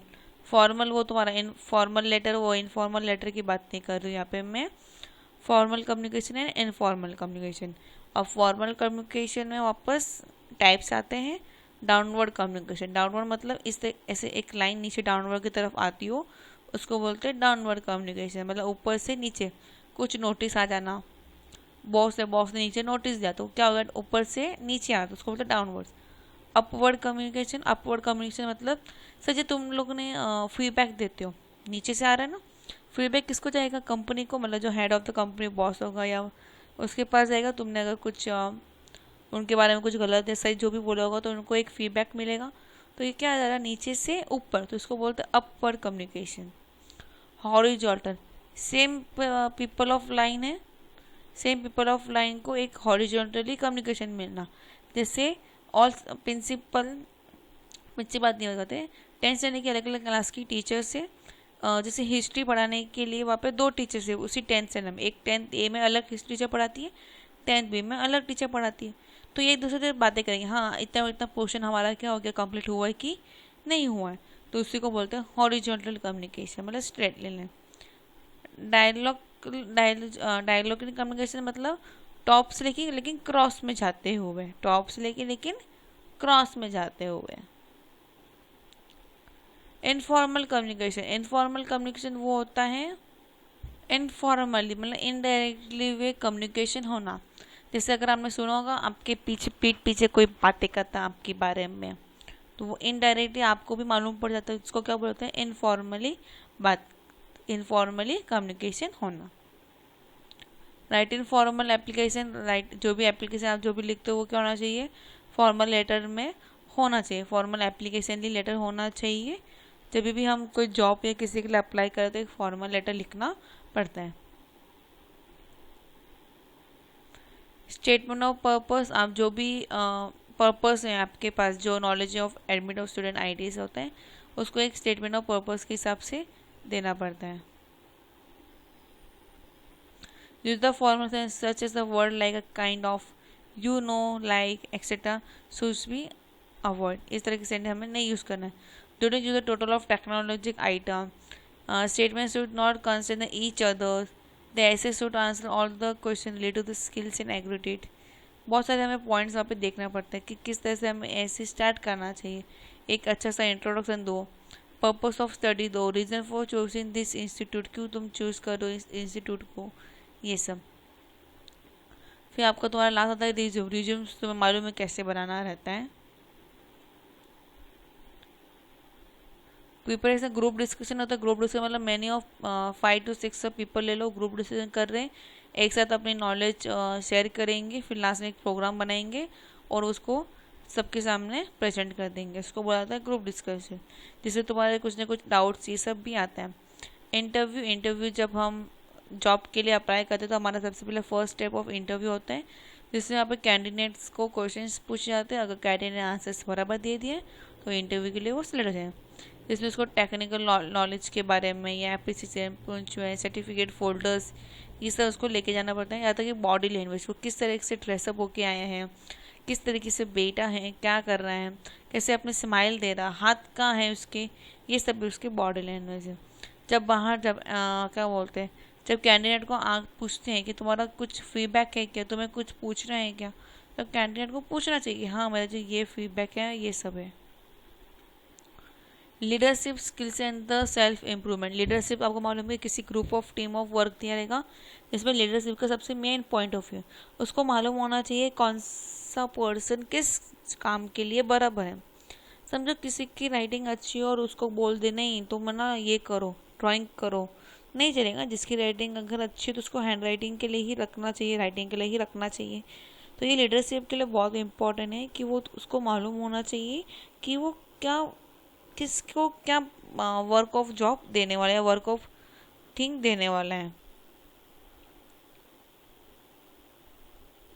कम्युनिकेशन अच्छा होना चाहिए, एडमिनिस्ट्रेशन बराबर होना चाहिए, डिसीजन मेकिंग परफेक्टली होना चाहिए उनके बीच में, इनोवेटिव आइडियाज़ आने चाहिए, वेरिएबल्स ऑफ सभी का उनको वैल्यू करना चाहिए, रिस्पॉन्सिबिलिटी और लीडरशिप की ज़्यादा होती है, ऐसे ही द टीम वर्क डेवलपमेंट होना चाहिए। और अलग अलग लीडरशिप की अलग अलग स्टाइल्स ऑफ लीडरशिप होती हैं।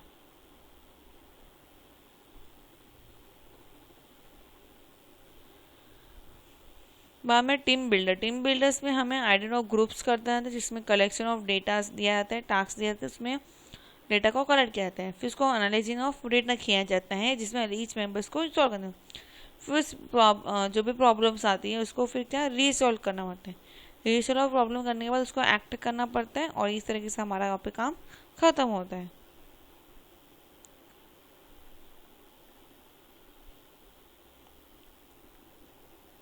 अब आता है understanding of issue of the rights and the health and the right to education.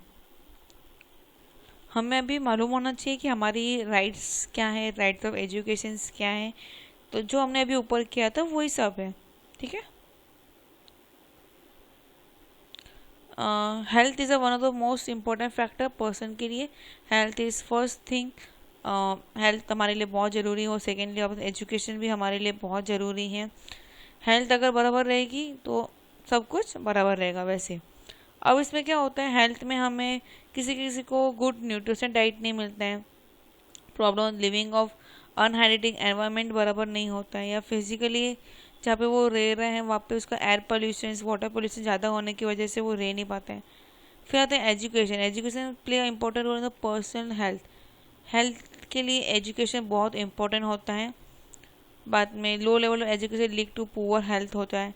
फिर इनकम एंड सोशली स्ट्रक्चर होना चाहिए कि वो पॉवर्टी लाइन पे नहीं हो, अच्छे से हो। फिर genius are the most important determine of health. Time to give the birth ratio determine genius and the rate of suffer to the health problem. Social supports of networking होना चाहिए। Health servicing अलग अलग तरीके से health service मिलना चाहिए। Food security अंदर accurate neutral, जो फूड्स जो खाना होता है वो अच्छा होना चाहिए। ऐसा नहीं है कि आप कुछ भी खा लो, नहीं, जो भी आप खाना खा रहे हो वो अच्छा होना चाहिए। मेल न्यूट्रिशन के बारे में आपको मालूम होगा कि जब पे अलग स्कूल्स जो कॉलेजेस स्कूल्स होती है वहाँ पे उन बच्चों को खाना मिलता है। अब इस खाने में बच्चों को कभी कभी कुछ ना कुछ प्रॉब्लम आ जाती है, वो उनके लिए वो बराबर खाना नहीं हो, फिजिकली ग्रोथ के लिए खाना अच्छा नहीं हो, तो वहाँ पे खाना वो भी क्या होना चाहिए, अच्छा होना चाहिए।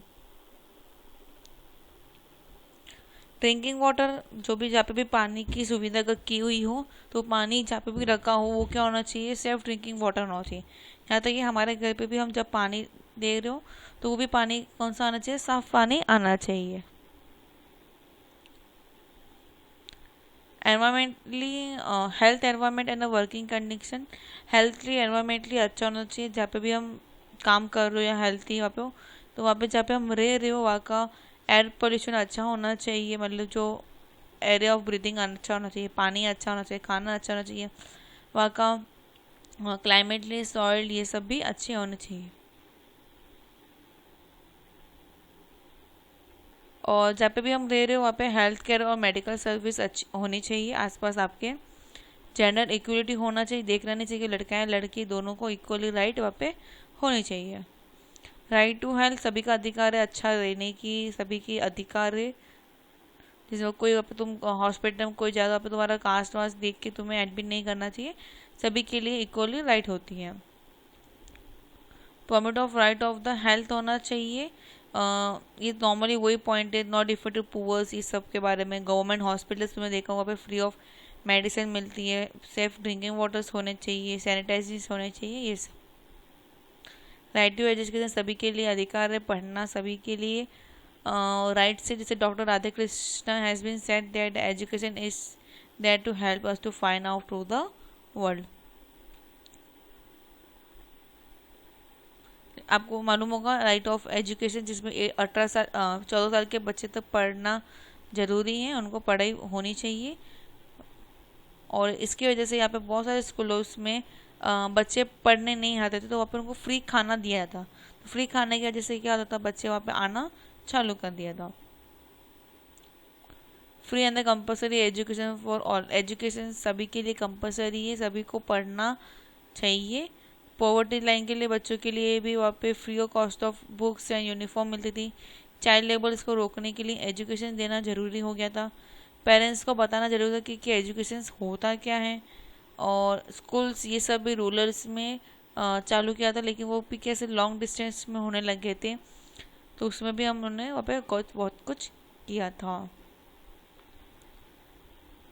सेम पॉइंट से जैसे आपको ये मालूम है ना, जनरली पैटर्न होता है अभी all over country community 10+2+3 the first 10 year of school education board sections.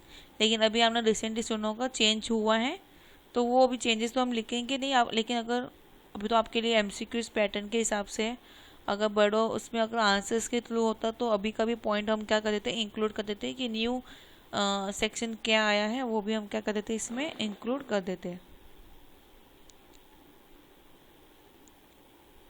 आपने अगर अलग अलग प्राइवेटली ऑफ एजुकेशन देखा होगा, उन्होंने कैसे जो एजुकेशन सेक्शन हो गया आजकल कैसे हो गया, सिर्फ प्रॉफिट अर्निंग के लिए हो गया। पहले क्या था कि नहीं बच्चे लोगों सभी को एजुकेशन देना ज़रूरी है, ये सब होना चाहिए। लेकिन आज क्या हो गया कि उन सभी कस्टमर्स को एक तरीके से क्या देखा जाता है, स्टूडेंट्स को एक तरह से कस्टमर की तरह देखा जाता है। हाँ, कैसे हम कस्टमर्स को अटैक कर बोलो ना अट्रैक्ट करते हैं, वैसे आजकल हम स्टूडेंट्स को कैसे अट्रैक्ट करेंगे वो सब यहाँ पे देखा जाता है।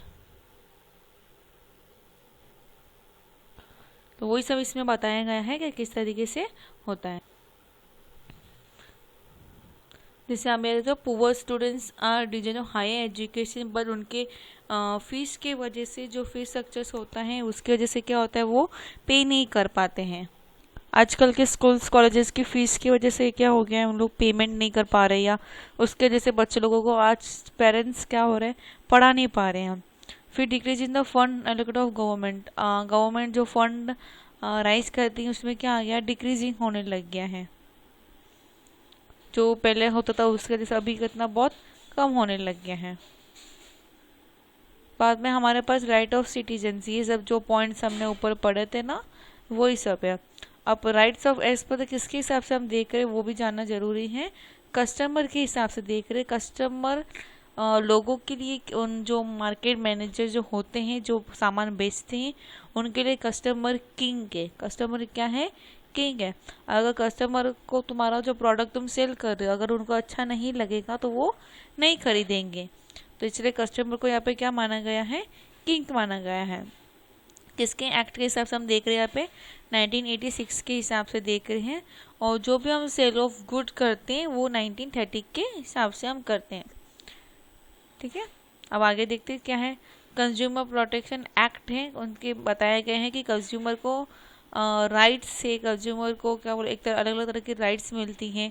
वो अपने हिसाब से प्रोडक्ट को चूज़ कर सकती हैं, इन्फॉर्म कर देख सकती है, सुन सकती है, जो भी चाहिए वो कस्टमर कर सकती है, कि कस्टमर का क्या है वो अधिकार है। जैसे यहाँ पे मैं बताती हूँ मैं आपको। First, right to protest against the marketing of good which are has of life property. Human mix को कस्टमर्स को अधिकार है कि उनके अगर कोई प्रोडक्ट है वो उनको उनकी लाइफ में वो हार्मफुल है तो उसके ऊपर क्या कर सकती हैं, अगेंस्ट कर सकती हैं।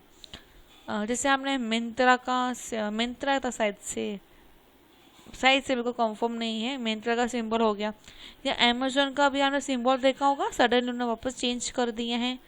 तो ये क्या हो गया, कस्टमर को नहीं जमा, क्यों उसने कुछ उनको इलीगल या ऐसा कुछ खराब लगा, उसकी वजह से उनको क्या करना पड़ा, चेंज करना पड़ा। राइट टू इन्फॉर्मेशन, कस्टमर को पूरा अधिकार है कि जो क्वालिटी, क्वांटिटी, उनका जो प्राइस ऑफ गुड्स है कि वो बराबर है कि नहीं है। प्राइस ऑफ गुड्स भी अनफेयर ट्रेड प्रैक्टिस के हिसाब से बराबर होना चाहिए। यहाँ तक कि कंज्यूमर को पूरा अधिकार है कि जो सामने वाला कुछ बोल रहा है तो उसको अगर सुनाई नहीं दे तो वापस पूछ सकते हैं कि कितने का प्राइस है, क्या नहीं है। ठीक है, इस दौरान से राइट टू कंज्यूमर एजुकेशन बोला जाता है।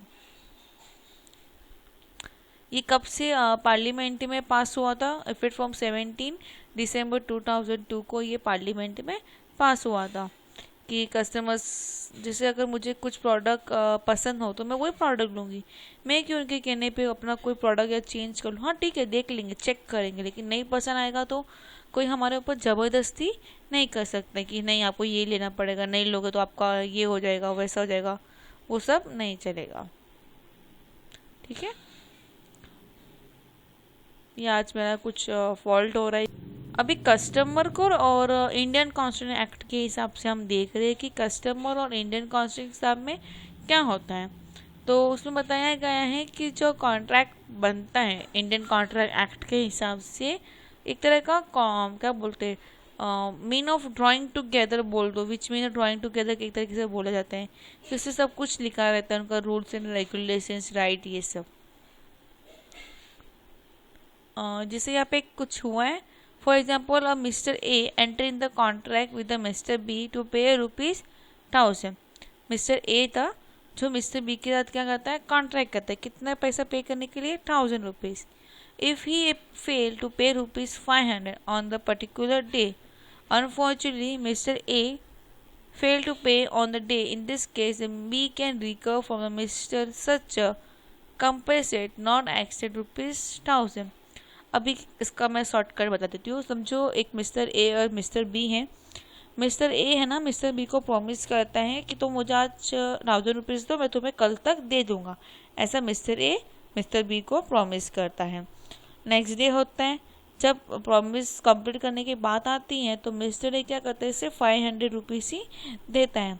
अब मिस्टर बी क्या करेगा, अब उसके ₹500 बाकी हैं, तो मतलब उसको लेना कितना था, ₹1000। वो ₹500 से अब ज़्यादा पैसा वो लेगा नहीं, तो उसने क्या बोला कि तो मुझे पूरा ₹1000 दो, मुझे 500 नहीं चाहिए, ₹1000 पूरा साथ में चाहिए।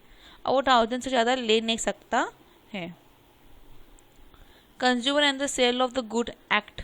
अब sale of the good at, sale of the good मतलब जो हम सामान बेच रहे हैं उसके बारे में यहाँ पे बात कर रहे हैं। अब सेल ऑफ द गुड्स के में क्या क्या आता है, बायर्स होते हैं, सेलर्स होते हैं, फिर हम डिलीवर गुड्स के बारे में बात करेंगे, यहाँ पे प्राइस के बारे में बात करेंगे। जो भी प्राइस होगी वो यूनिफॉर्मली होनी चाहिए, अलग अलग चीज़ पे नहीं होने चाहिए। अब यहाँ पे एक it was the introductions in the September 1929। It come to force from 1st July 1930 in the except of whole of India। इन पूरे इंडिया में लागू है, सिर्फ जम्मू कश्मीर में लागू नहीं होते। ये अभी चेंज हुआ है कि वहाँ पे भी हमारे रूल्स एंड रेगुलेशंस जो होते हैं इंडिया के कॉन्स्टिट्यूंट लागू होते थे, लेकिन जब पहले उससे पहले जम्मू कश्मीर को छोड़ के बाकी सभी जगह पे चलता था। बाकी जम्मू कश्मीर पे कोई भी आप एक्ट ले लो वो सब वहाँ पे नहीं चलता है। अभी इसमें और कुछ पॉइंट दिख नहीं रहा है, मेरे को लग नहीं रहा है। नीचे आ जाएंगे। Consumer and the essential community act 1955 के हिसाब से मार्केट प्लेस होता है जहाँ पे बायर और सेलर दोनों आता है, और जिसमें हम लोग exchange of good and service करते हैं, जो भी प्राइस रहेगा उसके हिसाब से। और क्या बोलते हैं, the market is valid even today but the somewhat inaccurate, जिसमें अलग अलग मार्केट ही बन गए वेलफेयर ऑफ पीपल के हिसाब से, जिसमें आपने देखा होगा ब्लैक मार्केटिंग होना, अगर मैं इसमें एग्जांपल अभी ले लूँ तो कोविड-19 में आप देख सकते हो ब्लैक मार्केटिंग हो रहे हैं, बस वही सब। एक सबसे सबसे अच्छा एग्जांपल आज के टाइम पे ब्लैक मार्केटिंग होना, कोविड-19 पे आपने देखा ही होगा मेडिसिन के ब्लैक मार्केटिंग्स हो रहे हैं, बस उसी के बारे में यहाँ पे बताया। यहाँ पे और अलग अलग एग्जांपल्स दिए, मैंने आपको शॉर्ट एंड स्वीट में बता दिए हैं। और जो भी यहाँ पे एक्ट है जिसे यहाँ पे देख सकते हो, सेम यहाँ पे लाइन लिखा है, ये वाली आप पढ़ सकते हो। The act extend to whole of India except the state of Jammu and Kashmir. Jammu Kashmir में पहले लागू नहीं थे कोई भी हमारे रूल्स एंड रेगुलेशन, अभी वहाँ पे सब चलता है। The standard of weight and measure act, consumer को आप ऐसे ही क्या बोलते हैं, आपने बहुत पर अगर ध्यान दिया रहेगा, अगर आइडियली अगर आप कभी सामान कभी खरीदने गए होंगे, जो सामान होता है वेट मशीन जो होती हैं वहाँ पे कभी कभी है ना डिफ़ॉल्ट होते हैं, उसमें ना चेंजेस ली होते हैं, उसमें कुछ फ़र्क होता है जिसमें आपका वेट में फ़र्क आ जाता है जब हम सामान को लेने जाते हैं। समझो मैं आलू ले रही हूँ तो वहाँ पे कोई 200 ग्राम या 300 ग्राम फ़र्क आता है। मेरे को एक मूवी अभी याद नहीं आ रही है जिसमें आपको अगर आइडिया हो तो वो एक दिन के लिए प्रेसिडेंट बनता है, जिसमें फिर वो जाके चेक करते हैं, फिर उसमें वजन में कुछ डिफ़ॉल्ट्स मिलते हैं, आपने अगर ध्यान दिया रहेगा तो। मेरे को अभी वो मूवी एग्जैक्ट याद नहीं आ रही है, मैं मूवी का नाम भूल गई, मेरे को अभी याद नहीं आ रहा है। अगर किसी को मूवी का अगर नाम याद आ रहा तो मुझे कमेंट करके नीचे बता सकते हो। तो अब क्या होता है अलग अलग उसमें, अभी इसमें हम और आगे देखते क्या होता है। कम्युनिटी ऑफ पैकेज फॉर्म होता है, डीलर एक्सपोर्ट फर्स्ट पैकेज हो जाना बाद में, या उसमें बॉटल को किसी तरीके से ऐसे ही पैक कर लेना, अलग अलग कुछ हो जाता है। अब उसमें जो यूनिट्स होती है वो भी हमें देखना ज़रूरी है। जैसे अगर यूनिट ऑफ लीटर तो वो it's all be in metre, mass हो तो किलोग्राम, टाइम्स में तो सेकेंड्स में भी होना चाहिए। अब इसमें क्या दिया गया है कि जो हमारे फॉल्स में, जैसे मैंने आपको अभी बताया कि वेटेड ये सब में चेंजेस हो जाना, measure of other goods in the relative inter state trading होना या कंज्यूमर को कमर्शियली टेक प्लेस होना, ये सब यहाँ पे होता है। Identify the community in the package, the net quality of community in the package, the term of standard unit of weight or measure, where the community is a package or sold by the number acquired measure of its community content package, the unit price of containing in package, the sale price of the package। ये आप points याद रख लो, इसमें exam में पूछ सकते हैं आपको, मेरे को ऐसे लग रहा है पूछ सकते हैं, इसमें से पॉइंटेड भी हैं इसमें। यहाँ पे दिए हैं if any person use any weight or measure make a numerical other established में act under, कि अगर वो कुछ डिफ़ॉल्ट एरिया बोलो ना प्राइसली, अगर किसी चीज़ में वेट में अगर कुछ बोलो ना बेकार करना या उसमें फॉल्ट करना या कुछ ऐसा कुछ करता है तो उसको 1000 रुपीज़ का पेनल्टी लगता है, प्लस 6 month और fine with the exchange of rupees 1000 rupees और बोथ। ऐसा एकदम किसके हिसाब से पड़ता है, कंज्यूमर एक्ट के हिसाब से।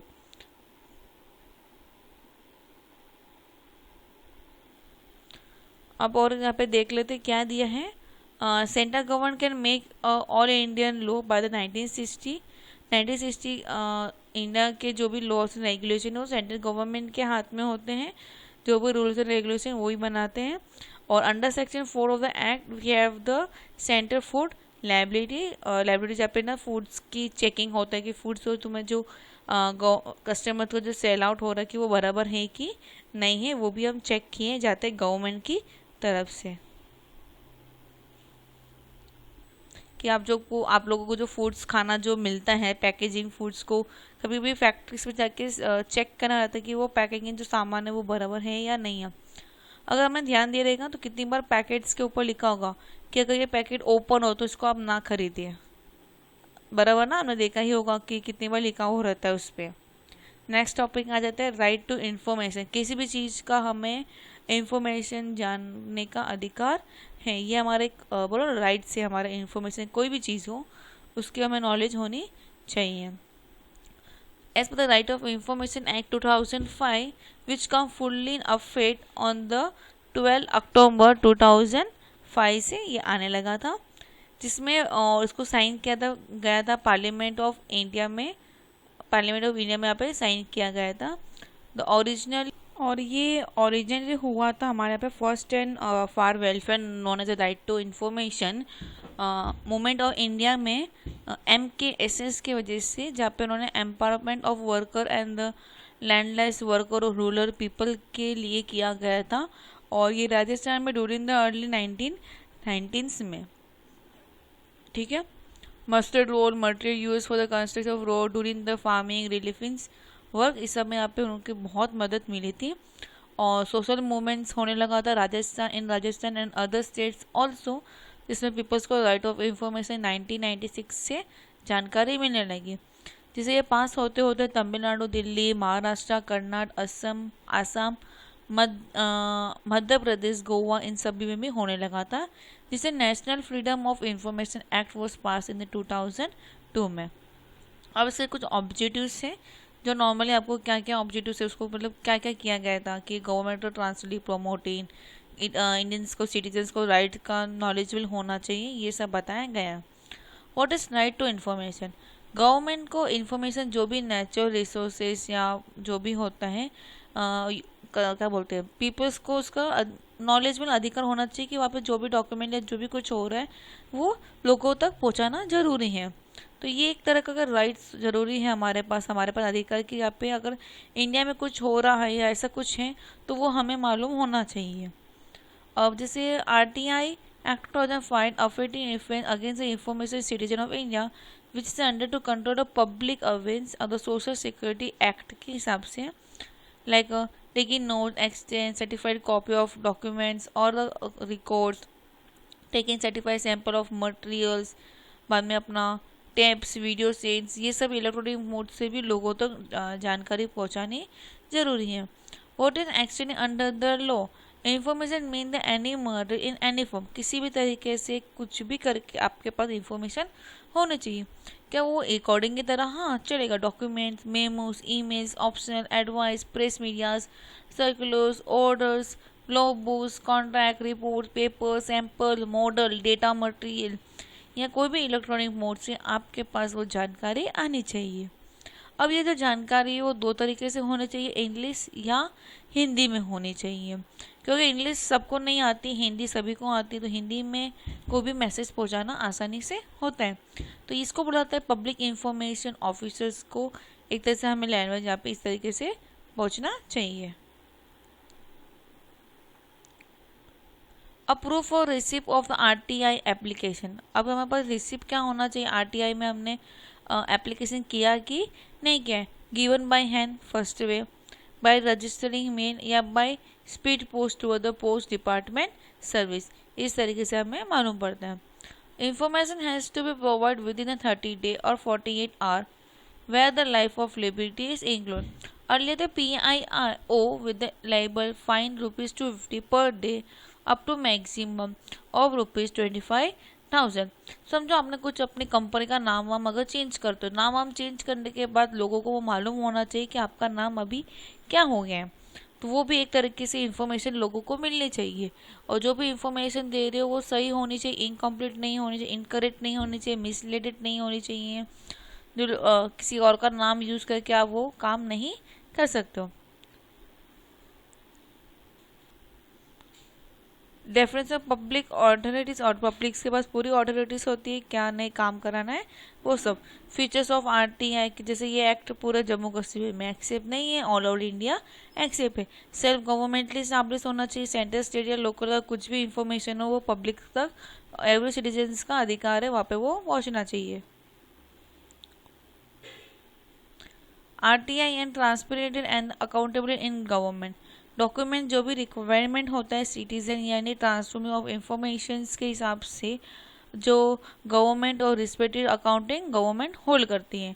RTI is a major step towards the more accountable and transported government के हिसाब से। Under the act present the information from the public agency has become the stated rights for every citizens. अलग अलग public agency आने लगी थी जिन्होंने knowledgeable public को मिलने लग गया था गवर्नमेंट के थ्रू। फिर यहाँ पे अलग अलग सक्सेस स्टोरी ये आप पढ़ लेना, इसके क्वेश्चंस आते नहीं है लेकिन एक बार रीड कर लेना। ये अलग अलग सक्सेस स्टोरी सब दी गई थी जो, ठीक है। कीवर्ड्स तो इसमें कुछ है नहीं, आंसर्स क्वेश्चंस हो गए।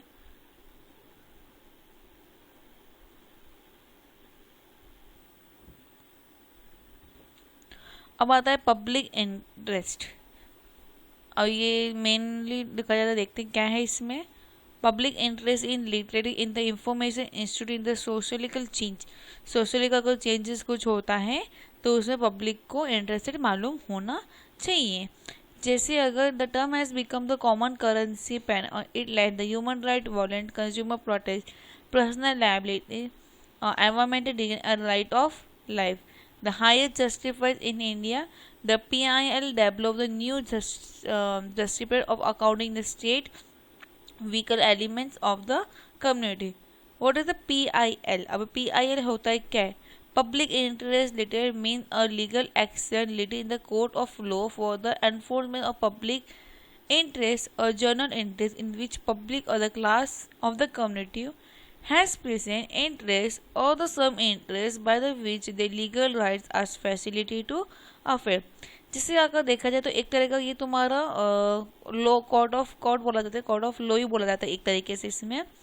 जिसमें क्या होता है कि जहाँ पे पब्लिक वहाँ पे आके अपनी जो ह्यूमन राइट्स हो गई या पॉल्यूशन, रोड सेफ्टीज, ये सब के अगेंस्ट अगर उनको कुछ लगता है कि नहीं हो रहा, उनके साथ कुछ गलत हो रहा है, तो वहाँ पे आके वो केस फाइल कर सकती हैं। ठीक है,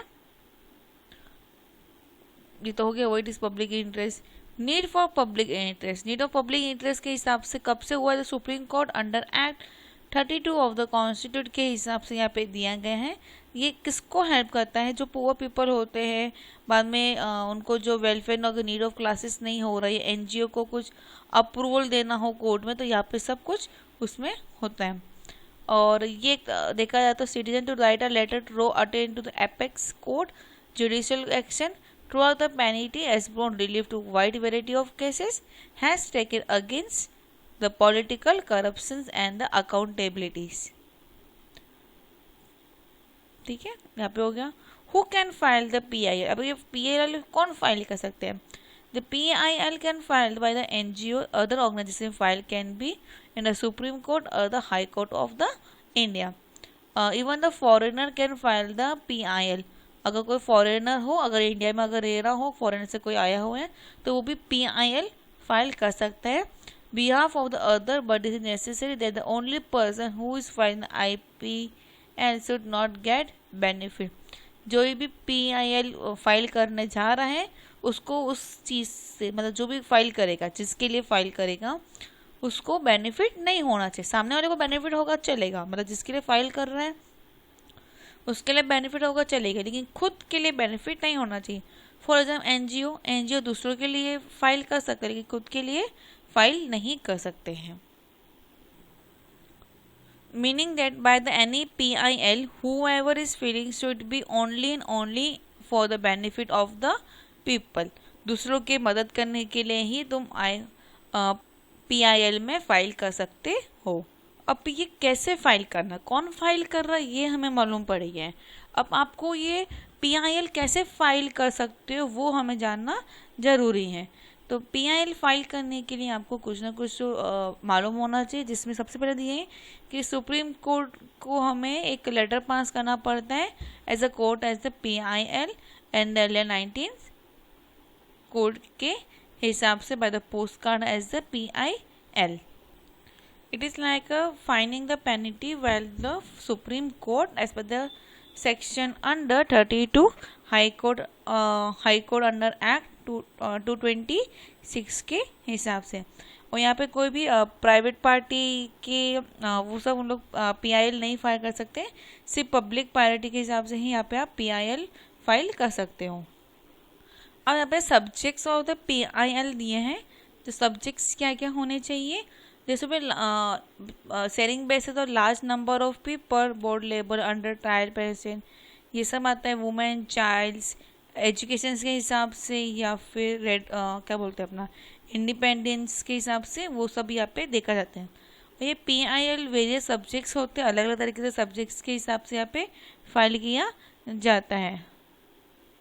अब ह्यूमन राइट्स के हिसाब से किसी का अगर कुछ ह्यूमन राइट्स ऑफ पुअर हो गया वुमेन के हिसाब से, या रिलीजन्स के राइट्स के हिसाब से, या फंडामेंटल राइट्स के हिसाब से, या हरेसमेंट्स हो रहा है, ये सब के हिसाब से भी होता है। तो वो भी हमें ध्यान देना चाहिए। एनवायरमेंट या पॉल्यूशन हो गया है, ड्रग्स या फॉरेस्ट या वेलफेयर्स या कोई छोटे बच्चों से कुछ काम क्या कराने जा रहा है, तो वो भी हमें देखना चाहिए हमें उसमें भी। जैसे मैंने पहले ही बोल दिया, सेक्सुअल हारेसमेंट ऑफ वुमेन्स हो गया, या मेंटेनिंग रोड्स में या गुड कंडीशन ऑफ रोड्स नहीं हुए, या गार्डन्स या प्ले ग्राउंड में अगर बराबर नहीं हो रहा, या बाद में जैसे हमारे बैंक्वेट हॉल्स में म्यूज़िक अगर ज़्यादा लाउड हो गया, तो उसमें भी हम फाइल कर सकते हैं PIL में। ठीक है, इतना आपको समझ गए हैं। अभी आगे देख लेते हैं और क्या दिया है। और यहाँ पे सम केसेस दिए गए हैं अलग अलग। मिसिंग चाइल्ड ऑफ इंडिया, किसी का अगर बच्चा कोई गुम जाए तो हम वहाँ पे भी PIL कर सकते हैं। अगर किसी के बिल्डिंग में अनऑथराइजली मोबाइल टावर खड़ा कर दिया जाए तो उसमें भी हम फाइल कर सकते हैं, क्योंकि वो हमारे लॉसेस हो सकता है, बच्चों के ऊपर इफेक्ट पड़ता है उसके भी वेव्स की वजह से, तो वो भी हम उसके लिए PIL कर सकते हैं। Vehicle parking at Shivaji Park में एक हुआ था, तो वहाँ पे कैसे अननेसेसरी वहाँ पे व्हीकल्स पार्क हो गए, जहाँ पे अगर लिखा है यहाँ पे साइलेंट होना चाहिए, लेकिन तो भी वहाँ पे पौ पौ गाड़ी की आवाज़ बजाते रहोगे, तो उसमें भी पब्लिक वहाँ पे PIL फाइल कर सकती हैं। PIL का मतलब ये हो गया कि पब्लिक प्लेस पे अगर पब्लिक के पे मना किया हो तो भी आप वहाँ पे चालू हो जाते हो, तो वहाँ पे आप वहाँ पे केस फाइल कर सकते हो, उनके ऊपर फाइल कर सकते हो। समरी दिए, एक बार समरी को आप अच्छे से रीड कर लोगे। नेक्स्ट लेसन आ जाते हैं, अप्रोच ऑफ द अंडरस्टैंडिंग इकोलॉजिक्स। यहाँ पे हमें commonly understanding about the nature and environment होना चाहिए, रिलीजन्स के हिसाब से या इकोलॉजिक नेचर ऑफ एनवायरनमेंट होना चाहिए, कुछ भी वहाँ पे रॉन्ग नहीं होना चाहिए। ठीक है, ये आपको ध्यान रखना जरूरी है। इकोलॉजिक्स का मतलब क्या होता है, किसी के इंटरेक्शन बिटवीन बायोटिक और बायोटिक के बारे में जानकारी रखना। अब ये बायोटिक अनबायोटिक्स के अलग अलग एक देखा जाए तो ये माइक्रो लेवल से या मैक्रो लेवल तक स्टडी किया जाता है, जहाँ पे हमें फॉर एग्जांपल अगर देखा जाए तो वन सिंगल ट्री हो गया है और उसके ऑन इकोसिस्टम्स हो गए, या same tree become the part और लार्जेस्ट ऑफ इकोसिस्टम हो गया, तो उसके बारे में हम पढ़ा जाता है। अब scientifically study of ecosystem are called the ecologistic, और इकोलॉजिस्ट का मतलब ही क्या होता है, बायोटिक एंड द अबायोटिक। यहाँ पे उन्होंने ए लगाना भूल गए थे। Biotic and the abiotic factors के बारे में आप पढ़ते हैं। ठीक है, अब issue relate to the functioning and the survival of ecosystem देखना पड़ता है कि क्या क्या प्रॉब्लम्स आ रही हैं उसमें भी। फॉरेस्ट इकोसिस्टम या ग्रासलैंड इकोसिस्टम्स में, या पाउंड इकोसिस्टम्स, मरीन इकोसिस्टम्स में, ये सब भी हमें वहाँ पे देखना रहता है। इस तरीके से इन सभी को यहाँ पे डिस्ट्रीब्यूट किया गया है। और यहाँ पे एंथ्रोपोस्टिक्स के इन ह्यूमन सेंटर अप्रूवल में इकोलॉजिकली एक सेंटर वेस्टर्न वर्ल्ड में keep the human race at the centre, it like a human by the human and the human, like a human by the human and the human के बीच में एक centre of racing वहाँ पे होती रहती है, उसमें बताया गया। अब human being the constant be the centre और the most scientific in the universal, many western philosopher consider human as the separate and the superior enter in the nature. Other resources दिए गए हैं, ecology can not be considered only the term of usefulness of human, it rather than selfish alter, and human are the part of the environment and not apart from the environments. There is a key view behind these terms and stand for the moralic things का देखा जाता है। यहाँ पे awareness of better understanding of the natures, वो सभी हमें यहाँ पे देखना पड़ता है। और यहाँ पे हमें अलग अलग स्पेसिस मिलते हैं, एवरी स्पेसिस मिलते हैं, इंक्लूडिंग यार ह्यूमन्स हो गया या कुछ एनिमल्स प्लांट्स हो गए। जैसे हमने देखा होगा तो अलग अलग स्टेट्स में, अलग अलग कंट्री में अलग अलग तरीके के लोग होते हैं, तो वही सब यहाँ पे इसमें देखा जाता है। प्लस इसमें गुड्स और वेरिएबल्स देखा जाता है, और इसमें अप्रूवल्स भी देखा जाता है। इकोसेंट्रिक्स क्या होता है, जो नेचुरल्स के हिसाब से देखा जाता है, जिसको डिफरेंस और division between the human and non human के बीच में किया जाता है। ठीक है, but it does not agree और equal value for the all the organisation. और इसमें हमने बायोटिक एंड अबायोटिक्स के बारे में यहाँ पे पढ़ते हैं, जिसको इनऑर्गेनाइजेशन यहाँ पे किया जाता है। Ecocentrics argue that the nature has the own process and the product, बोलते वो खुद ही एक प्रोसेस या प्रोडक्ट होता है। Ecofeminist, the approval has the root of feminist movement, और इसमें बताया गया है कि towards the both approval of womens के बारे में यहाँ पे पढ़ते हैं हम। Uses of the environment are the same principally, यहाँ पे behind the ecofeminist state that the male dominate culture make the assignment of nature, tree, animal led only by the economic value and contribution to the GDP. Believing that the degradation of nature in any region relate to degrade of women. Ecofeminism also believe that the occupation of the region like the food, wood, minerals has been traveled thousands of kilometers in not tenant of any good. जैसे यहाँ पे the social movements एक तरह का हुआ था, Chico movements हुआ था, ये मेन है, यहाँ पे आप ध्यान रख सकते हो। फिर आता है डीप इकोलॉजी। डीप इकोलॉजिस का मतलब होता है कि जो हमारे लिविंग एनवायरनमेंट है और उनको सेम राइट ऑफ लिविंग और फॉरेस्टिंग मिला जाए, जहाँ पे हमें how should we live, why should the environment protect, what the level of interdepend and where does the humans take in the biotic community, ये सब की जानकारी हमें यहाँ पे होनी चाहिए। Environment ethics and the ecology principles के बारे में यहाँ पे पढ़ने वाले हैं। एथिक्स अलग अलग एनवायरमेंट्स के अलग होते हैं। Ethics the part of the philosophy and the guidance us to follow the rightest part, जो भी राइट पार्ट होता है वो हमें फॉलो करना जरूरी होता है। प्लस इसमें हमें राइट या रॉन्ग क्या है इकोलॉजिकल लेवल्स में, वो भी हमें जानना जरूरी है।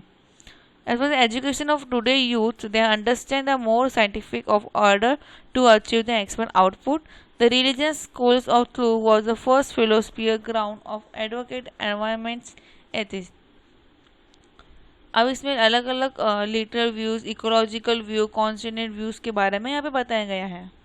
तो पहले फर्स्ट व्यू में क्या बताया गया, the civil liberties for the community to the equal right to every member of community, जितने भी वहाँ पे पब्लिक जो भी रह रही है सभी को क्या मिलना चाहिए, इक्वल राइट होना चाहिए। It not right to see the nature word simple in the term of economic rooted to the human, equal right और equal liberty for all the human and non human member in the environment as a principle order. Ecological view के हिसाब से देखा जाता है कि जो डेमोस्ट्रक्चर ecological function होता है एथिकल ग्रुप ग्राउंड में, it is believed that the earth has on the maintenance from the functioning growth and development. Nature is on publishment process of recovery system India, even the most of the advanced concern. फिर यहाँ पे दिया कि ecological argue has there were many type of alarms that are necessary alert radios and the life will be continued to new life will evolve even if the unterritorious.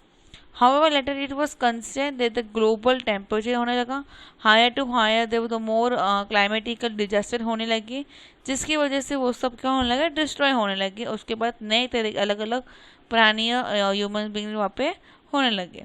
उसके जैसे biology and अबायोलॉजी ethics के हम यहाँ पे fundamental independence यहाँ पे पढ़ते हैं। Constructive it is the constructive instrument value the nature of environment is force only the work of environment in term of utility and usefulness of the human कैसे, जो भी यूटिलिटी या यूजफुल ऑफ ह्यूमन के हिसाब से होता है उसी के बारे में हम यहाँ पे पढ़ते हैं। Principle of fair carbon sir, the air is the principle life of the earth होता है कि अगर अर्थ में रहना तो एयर बहुत ज़रूरी है, जहाँ पे 21% of oxygen and very small amount of 0.0332% of carbon dioxide मौजूद होता है हर एक नॉर्मली वे में, जिसमें अलग अलग तरीके से इसमें बताएं कि कार्बन बजट अप्रूवल कैसे होता है, किस तरीके से होता है, यहाँ पे वो बताया गया है। Science and technology, again science and technology के बारे में पढ़ने वाले, साइंस एंड टेक्नोलॉजी होता है क्या वो हमने पढ़ चुके हैं। हिस्ट्री में साइंस ने कैसे कैसे अपना टेक्नोलॉजी आने लगे वो भी हमने यहाँ पे पढ़ा है कि प्री हिस्ट्री पीरियड्स में कैसे साइंटिस्ट होते थे, मेन ह्यूमंस बीइंग अपने पहले स्टोन एज का यूज़ करते हैं, जैसे जैसे टाइम बढ़ता गया वैसे वैसे टेक्नोलॉजी उन्होंने वहाँ पे यूज़ करते गए। Iron Age, historical period, Asian period, middles, ये सब हमने मॉडर्न पहले पढ़ चुके हैं हिस्ट्री के टाइम पे। The growth of technology and it use in the modern, जैसे जैसे ग्रोथ ऑफ टेक्नोलॉजी बढ़ता गया वैसे वैसे हम मॉडर्न लाइफ में अपना इंक्रीजिंग करने लगे। अगर मैं मोबाइल की बात लूँ एज अ कम्युनिकेशन के हिसाब से, तो आज हम मोबाइल अलग अलग तरीके से हम यूज़ कर रहे हैं, बराबर। चीप एंड अलग मोबाइल्स में हम जैसे जिस तरीके से हम पढ़ेंगे या जिस तरीके से हम कमाते हैं, एज हमारे पास जितनी इनकम होगी उसके हिसाब से हम वहाँ पर मोबाइल यूज़ करते हैं। वैसे यहाँ पे बताया गया है कि चिप रिचार्ज अनेबल भी है, अवेलेबल, कि सबसे सस्ता सस्ता रिचार्ज भी है, क्यों हमें कम्युनिकेशन के लिए सस्ता सस्ता रिचार्ज भी चाहिए था, क्योंकि सभी को नेट की ज़रूरत नहीं है। ये तो ऑनलाइन क्लासेस की वजह से या ये सब की वजह से नेट की ज़रूरत सबको होने लगी, लेकिन पहले या इसके बाद जब सब कुछ ठीक हो जाएगा तभी ऑनलाइन इतने नेट की ज़रूरत नहीं होगी। एजुकेशन में बहुत कुछ चेंजेस आने लगे। मेडिसिन फील्ड में टेक्नोलॉजी ने बहुत आगे कुछ कर दिया। Online off transaction like railway ticket booking, घर बैठे आप टिकट बुक कर सकते हो, आपको ज़रूरत नहीं ऑफिस वहाँ जाके इतनी देर इंडस्ट्री खड़े होने की ज़रूरत नहीं है। इंडस्ट्री में अपना भी धीरे धीरे इकोनॉमिकल ग्रोथ बढ़ाने लगे। एग्रीकल्चर में आज देखा होगा आपने, अलग मशीनें ये सब होने लगे। नेचुरल सिक्योरिटी मतलब CCT cameras, high cameras start होने लगे वहाँ पे, ये सब। साइंटिफिक एंड मॉडर्न टेक्नोलॉजी के features and applications. Scientific modern इसको दिया introduction of technology. Modern technology आपको मालूम है कैसे, जो हम आज यूज़ कर रहे हैं। लेजर टेक्नोलॉजी मतलब एक लाइट होता है, जैसे हमने सुना होगा कि आपका किसी को अगर चश्मा हो तो उसको लेजर ऑपरेशन होता है, तो वो क्या होता है, लेजर से उसका पूरा आँख में जो लेंस होता है उसको चेंज किया जाता है।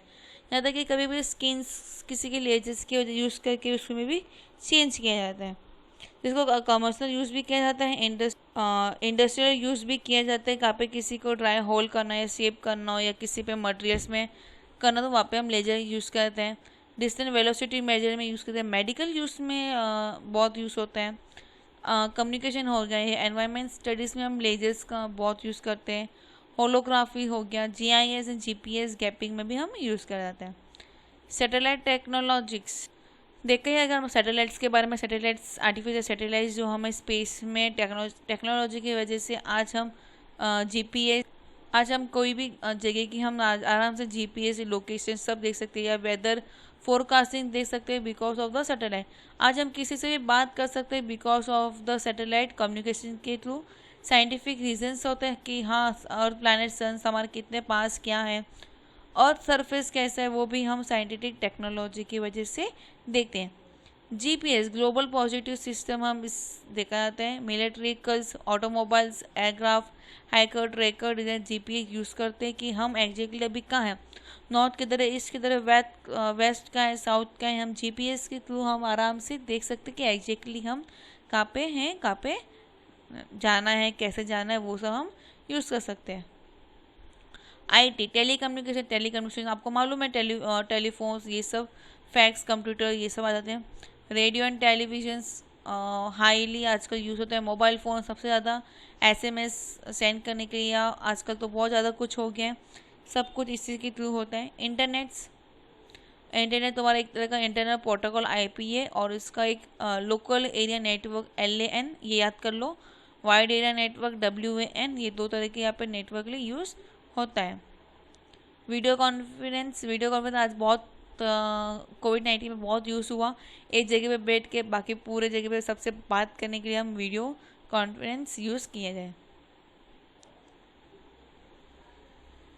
बायोटेक्नोलॉजी, और biotechnology is the based on the biological concept के हिसाब से यूज़ होता है, जहाँ पे हमें यूज़ ऑफ मेडिसिन, फूड्स या एग्रीकल्चर्स के हिसाब से हम वहाँ पे देखते हैं।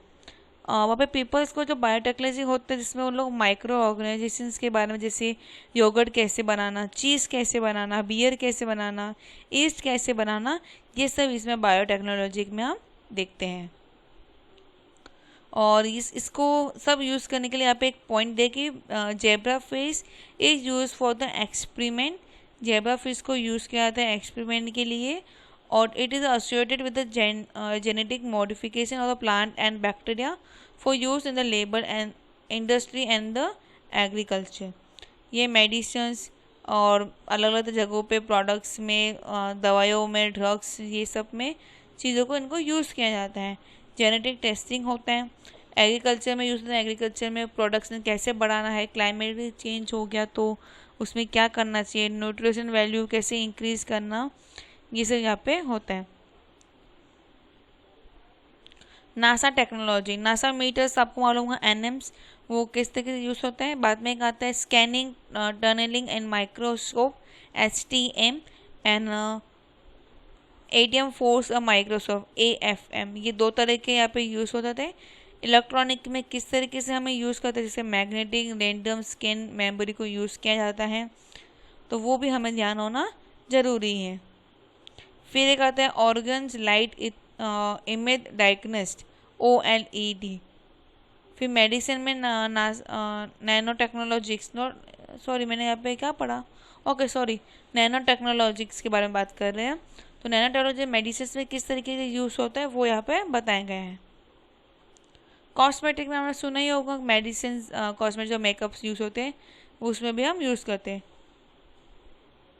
फूड्स हो गए हैं, खानों में, ये सब एनर्जी सेल्स बैक्टीरिया में भी यहाँ पे यूज़ किया जाता है।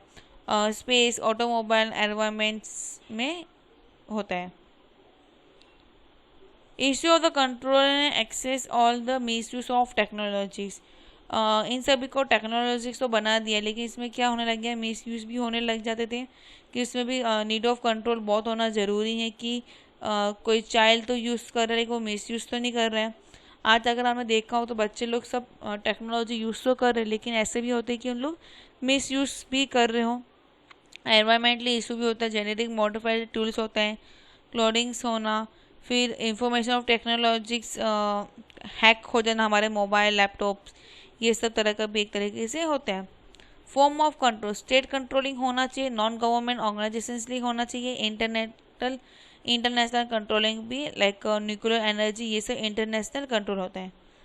एक्सेस ऑफ टेक्नोलॉजिक्स, गवर्नमेंटली रजिस्ट्रेशन होना चाहिए, लैक ऑफ इंफ्रास्ट्रक्चर से लिटरेशंस हो जाते हैं। Effect of lack of asset, इससे इफेक्ट्स क्या क्या हमारे टेक्नोलॉजिक्स में अगर पता करने को, तो लो स्टैंडर्ड ऑफ लिविंग होगा, इनइक्वलिटी हो जाता है, अगर नहीं हुआ है तो एनवायरमेंट पे डिफॉल्ट पड़ता है, ये सब। मिस यूज़ ऑफ टेक्नोलॉजी, अभी हमने पढ़ा था टेक्नोलॉजी को कैसे लोग मिस यूज़ कर सकते हैं, वही सब पॉइंट ऑफ व्यू है। Introduction to comedic exams, okay, ये तरह का तुम्हारा साइड से इसमें एक एग्जाम्स का इंट्रोडक्शन इन्होंने दिया है कि अगर आप लोगों को एग्जाम्स देना है तो किस तरह से पैटर्न्स होता है। ये तुम अगर डिग्री कॉलेजेस, कौन से कॉलेज के बाद कौन से एग्ज़ाम दे सकते हो वो सब दिए हैं। GRE के बारे में दिए हैं, ग्रेजुएट रिकॉर्डिंग्स एग्ज़ाम्स के बारे में यहाँ पे दिया है।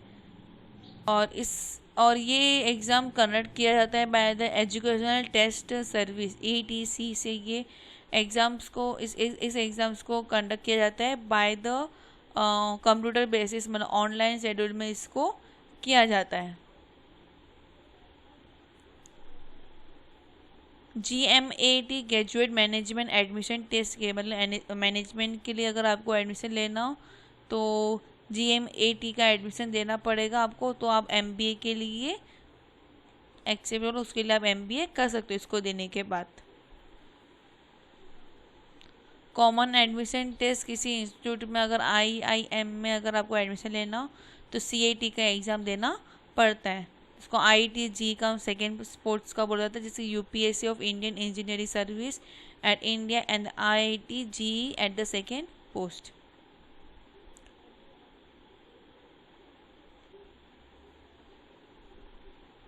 बाद में आता है हमारा UPSC क्या बोलते हैं, एक तरह का अपना सिविल सर्विस लिए एग्ज़ाम्स होता है। ये 1 अक्टूबर 1926 को फर्स्ट टाइम स्टार्ट हुआ था आफ्टर इंडिपेंडेंट के बाद, और ये एग्ज़ाम हमारी यूनियन एंड सेंट्रल गवर्नमेंट लेती है। सिविल सर्विस एग्ज़ाम्स अलग अलग सिविल सर्विस के लिए होता है, जैसे Indian administration service, Indian police service, Indian forest service या अदर हायर सेंटर सेक्शंस के लिए होता है, जिसमें ग्रुप A ग्रुप B दोनों होता है। एलिजिबिलिटी क्या है, जिसमें मिनिमम 21 ईयर होना चाहिए और मैक्सिमम 30 ईयर होना चाहिए। अपर लिमिट के लिए एक एज अपर लिमिट जो वाले हैं उनके लिए, एक ओपन कास्ट के लिए उनको एक लिमिट है। वही अगर एसटी और एससी और एसटी के लिए 5 साल के लिए कैंडिडेट किया जाता है। कैंडिडेट के पास डिग्री का सर्टिफिकेट होना चाहिए, कोई भी यूनिवर्सिटी से चलेगा। प्लेस ऑफ एग्जामिनेशन, ये 2 पेपर होते हैं। जनरल स्टेट 200 मार्क्स का पेपर होता है ईच, जिसमें उनको 9 सब्जेक्ट्स कुछ पेपर इंक्लूडिंग होता है, जिसमें language, English, essay, 2 paper of general study and 2 paper of the first optionable subjects होता है and 2 paper of the second optionable subjects में होता है।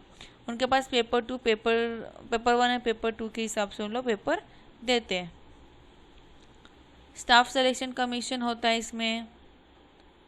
बाद में state public service commission, UPSC का दूसरा एक और होता है। इस तरीके से अलग अलग यहाँ पे एग्जाम्स दिए। बैंकिंग एंड इंश्योरेंस के एग्जाम्स होते हैं, ये आपको पढ़ना पड़ेगा। ये मैं आपको खाली एग्जाम्स के पॉइंट ऑफ व्यू के पढ़ने के लिए नहीं बोल रही हूँ, बाकी भी आपको जब इन फ्यूचर आप जब इसमें से कुछ पढ़ते हो तो आपको काम आएगा। जैसे ये एनईटी एंड सेट आप आफ्टर द, अगर आप ग्रेजुएट कर रहे हो, पोस्ट ग्रेजुएशन करना पड़ता है एमकॉम। अगर आपका एमकॉम पार्ट 1 भी हो चुका हो तो भी आप इसके लिए एलिजिबल हो, आप इसके लिए फॉर्म भर सकते हो। और ओपन कास्ट के लिए समथिंग कुछ 1000 रुपीज़ है, और बाकी का मुझे मालूम नहीं है इसमें कितना है उनके लिए, क्योंकि मैंने रिसेंटली अभी मैंने खुद भी नेट के लिए मैंने अप्लाई किया हुआ है, तो इसलिए आइडिया है। और जो आपका मास्टर डिग्री का जब मार्क्स आएगा तो उसमें 55% से अब आना चाहिए, और अगर एसटी ओबीसी फिजिकली हैंडीकैप हो तो 50% होना चाहिए। यह एग्ज़ाम 2 तरीके से होता है, पार्ट 1 एंड मतलब एक ही दिन में दोनों पेपर होंगे, पार्ट 1 एंड पार्ट 2। एमसीक्यू के थ्रू होगा। पार्ट 1 आपका जर्नल फॉर्म होता है, सबके लिए जर्नल, जिसमें आपको लॉजिकल ये सब पूछा जाता है, टीचिंग एटीट्यूड वो सब। पार्ट 2 आप जो भी 81 सब्जेक्ट्स में आप जो सेलेक्ट करोगे उसका पेपर आप दे सकते हो।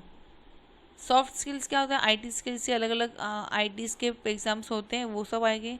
डेटा इंटरमीडिएट्स, ये सब क्रिटिकल थिंकिंग्स, ये सब के बारे में यहाँ पे टेस्टिंग होता है। 2 फैक्टर थेरी से यहाँ पे 2 factor theory was process by in the basis of study of motivated needed of 200 employees of the peach industry, और this theory is also called as motivated, और इसमें जॉब्स के लिए मोटिवेटेड अदर थेरीज को यहाँ पे सब किया जाता है।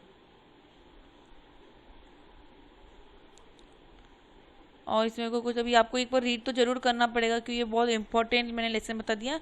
एग्ज़ाम पॉइंट ऑफ व्यू के अलावा भी आपके लाइफ के लिए भी इम्पोर्टेंट है कि अलग अलग आप एग्ज़ाम्स क्या दे सकते हो। रूरल डेवलपमेंट्स, रूरल से डेवलपमेंट्स किस तरीके से होने लगे, आपने देखा होगा कि आज गांव धीरे धीरे शहर बनता जा रहा है, रूरल से डेवलपमेंट लाइन पे अच्छे से अभी आ रहा है, अर्बन लाइन में आ रहा है।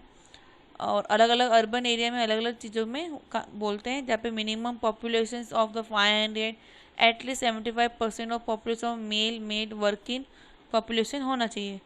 ठीक है, ये याद करना पड़ेगा। Not less than 25% of working population semi urban में, टेबल में ये पॉइंट बहुत ज़रूरी है यहाँ पे। कल्चर, रिलीजन्स, ये सब के लिए। Rural and urban disability of India, इसमें एजुकेशन सर्विस यहाँ पे ये परसेंटेज आप याद कर लो, क्या परसेंटेज यहाँ पे दिया है। चेंजिंग ऑफ लैंड यूज, जैसे देखते तो पहले एग्रीकल्चर करते थे बाद में, लेकिन धीरे धीरे अभी चेंजिंग ऑफ एग्रीकल्चर होने लग गया है, तो वो भी उससे क्या होगा, इंक्रीजिंग ऑफ अर्बनाइजेशन हो रहा है, और फॉरेस्ट्री लैंड्स को कटिंग करके वहाँ पे अर्बन एरिया बनाया जा रहा है। Changing land use is the impact of rural life पे क्या हो रहा है, इम्पैक्ट पड़ रहा है। क्यों, पॉपुलेशन ग्रोथ बढ़ रहा है, माइग्रेशन ऑफ पुअर पीपल्स आ रहे रूरल से अर्बन में, पुअर पीपल्स वो जो माइग्रेट किए जा रहे हैं। क्यों, इकोनॉमिक अपॉर्चुनिटी के लिए लैंड यूज़ को चेंजेस किया जा रहा है। जो पहले एग्रीकल्चर करते थे उनके पेरेंट्स आज वो और कुछ करने जा रहे हैं, तो वो सब यहाँ पे इफेक्ट पड़ता है।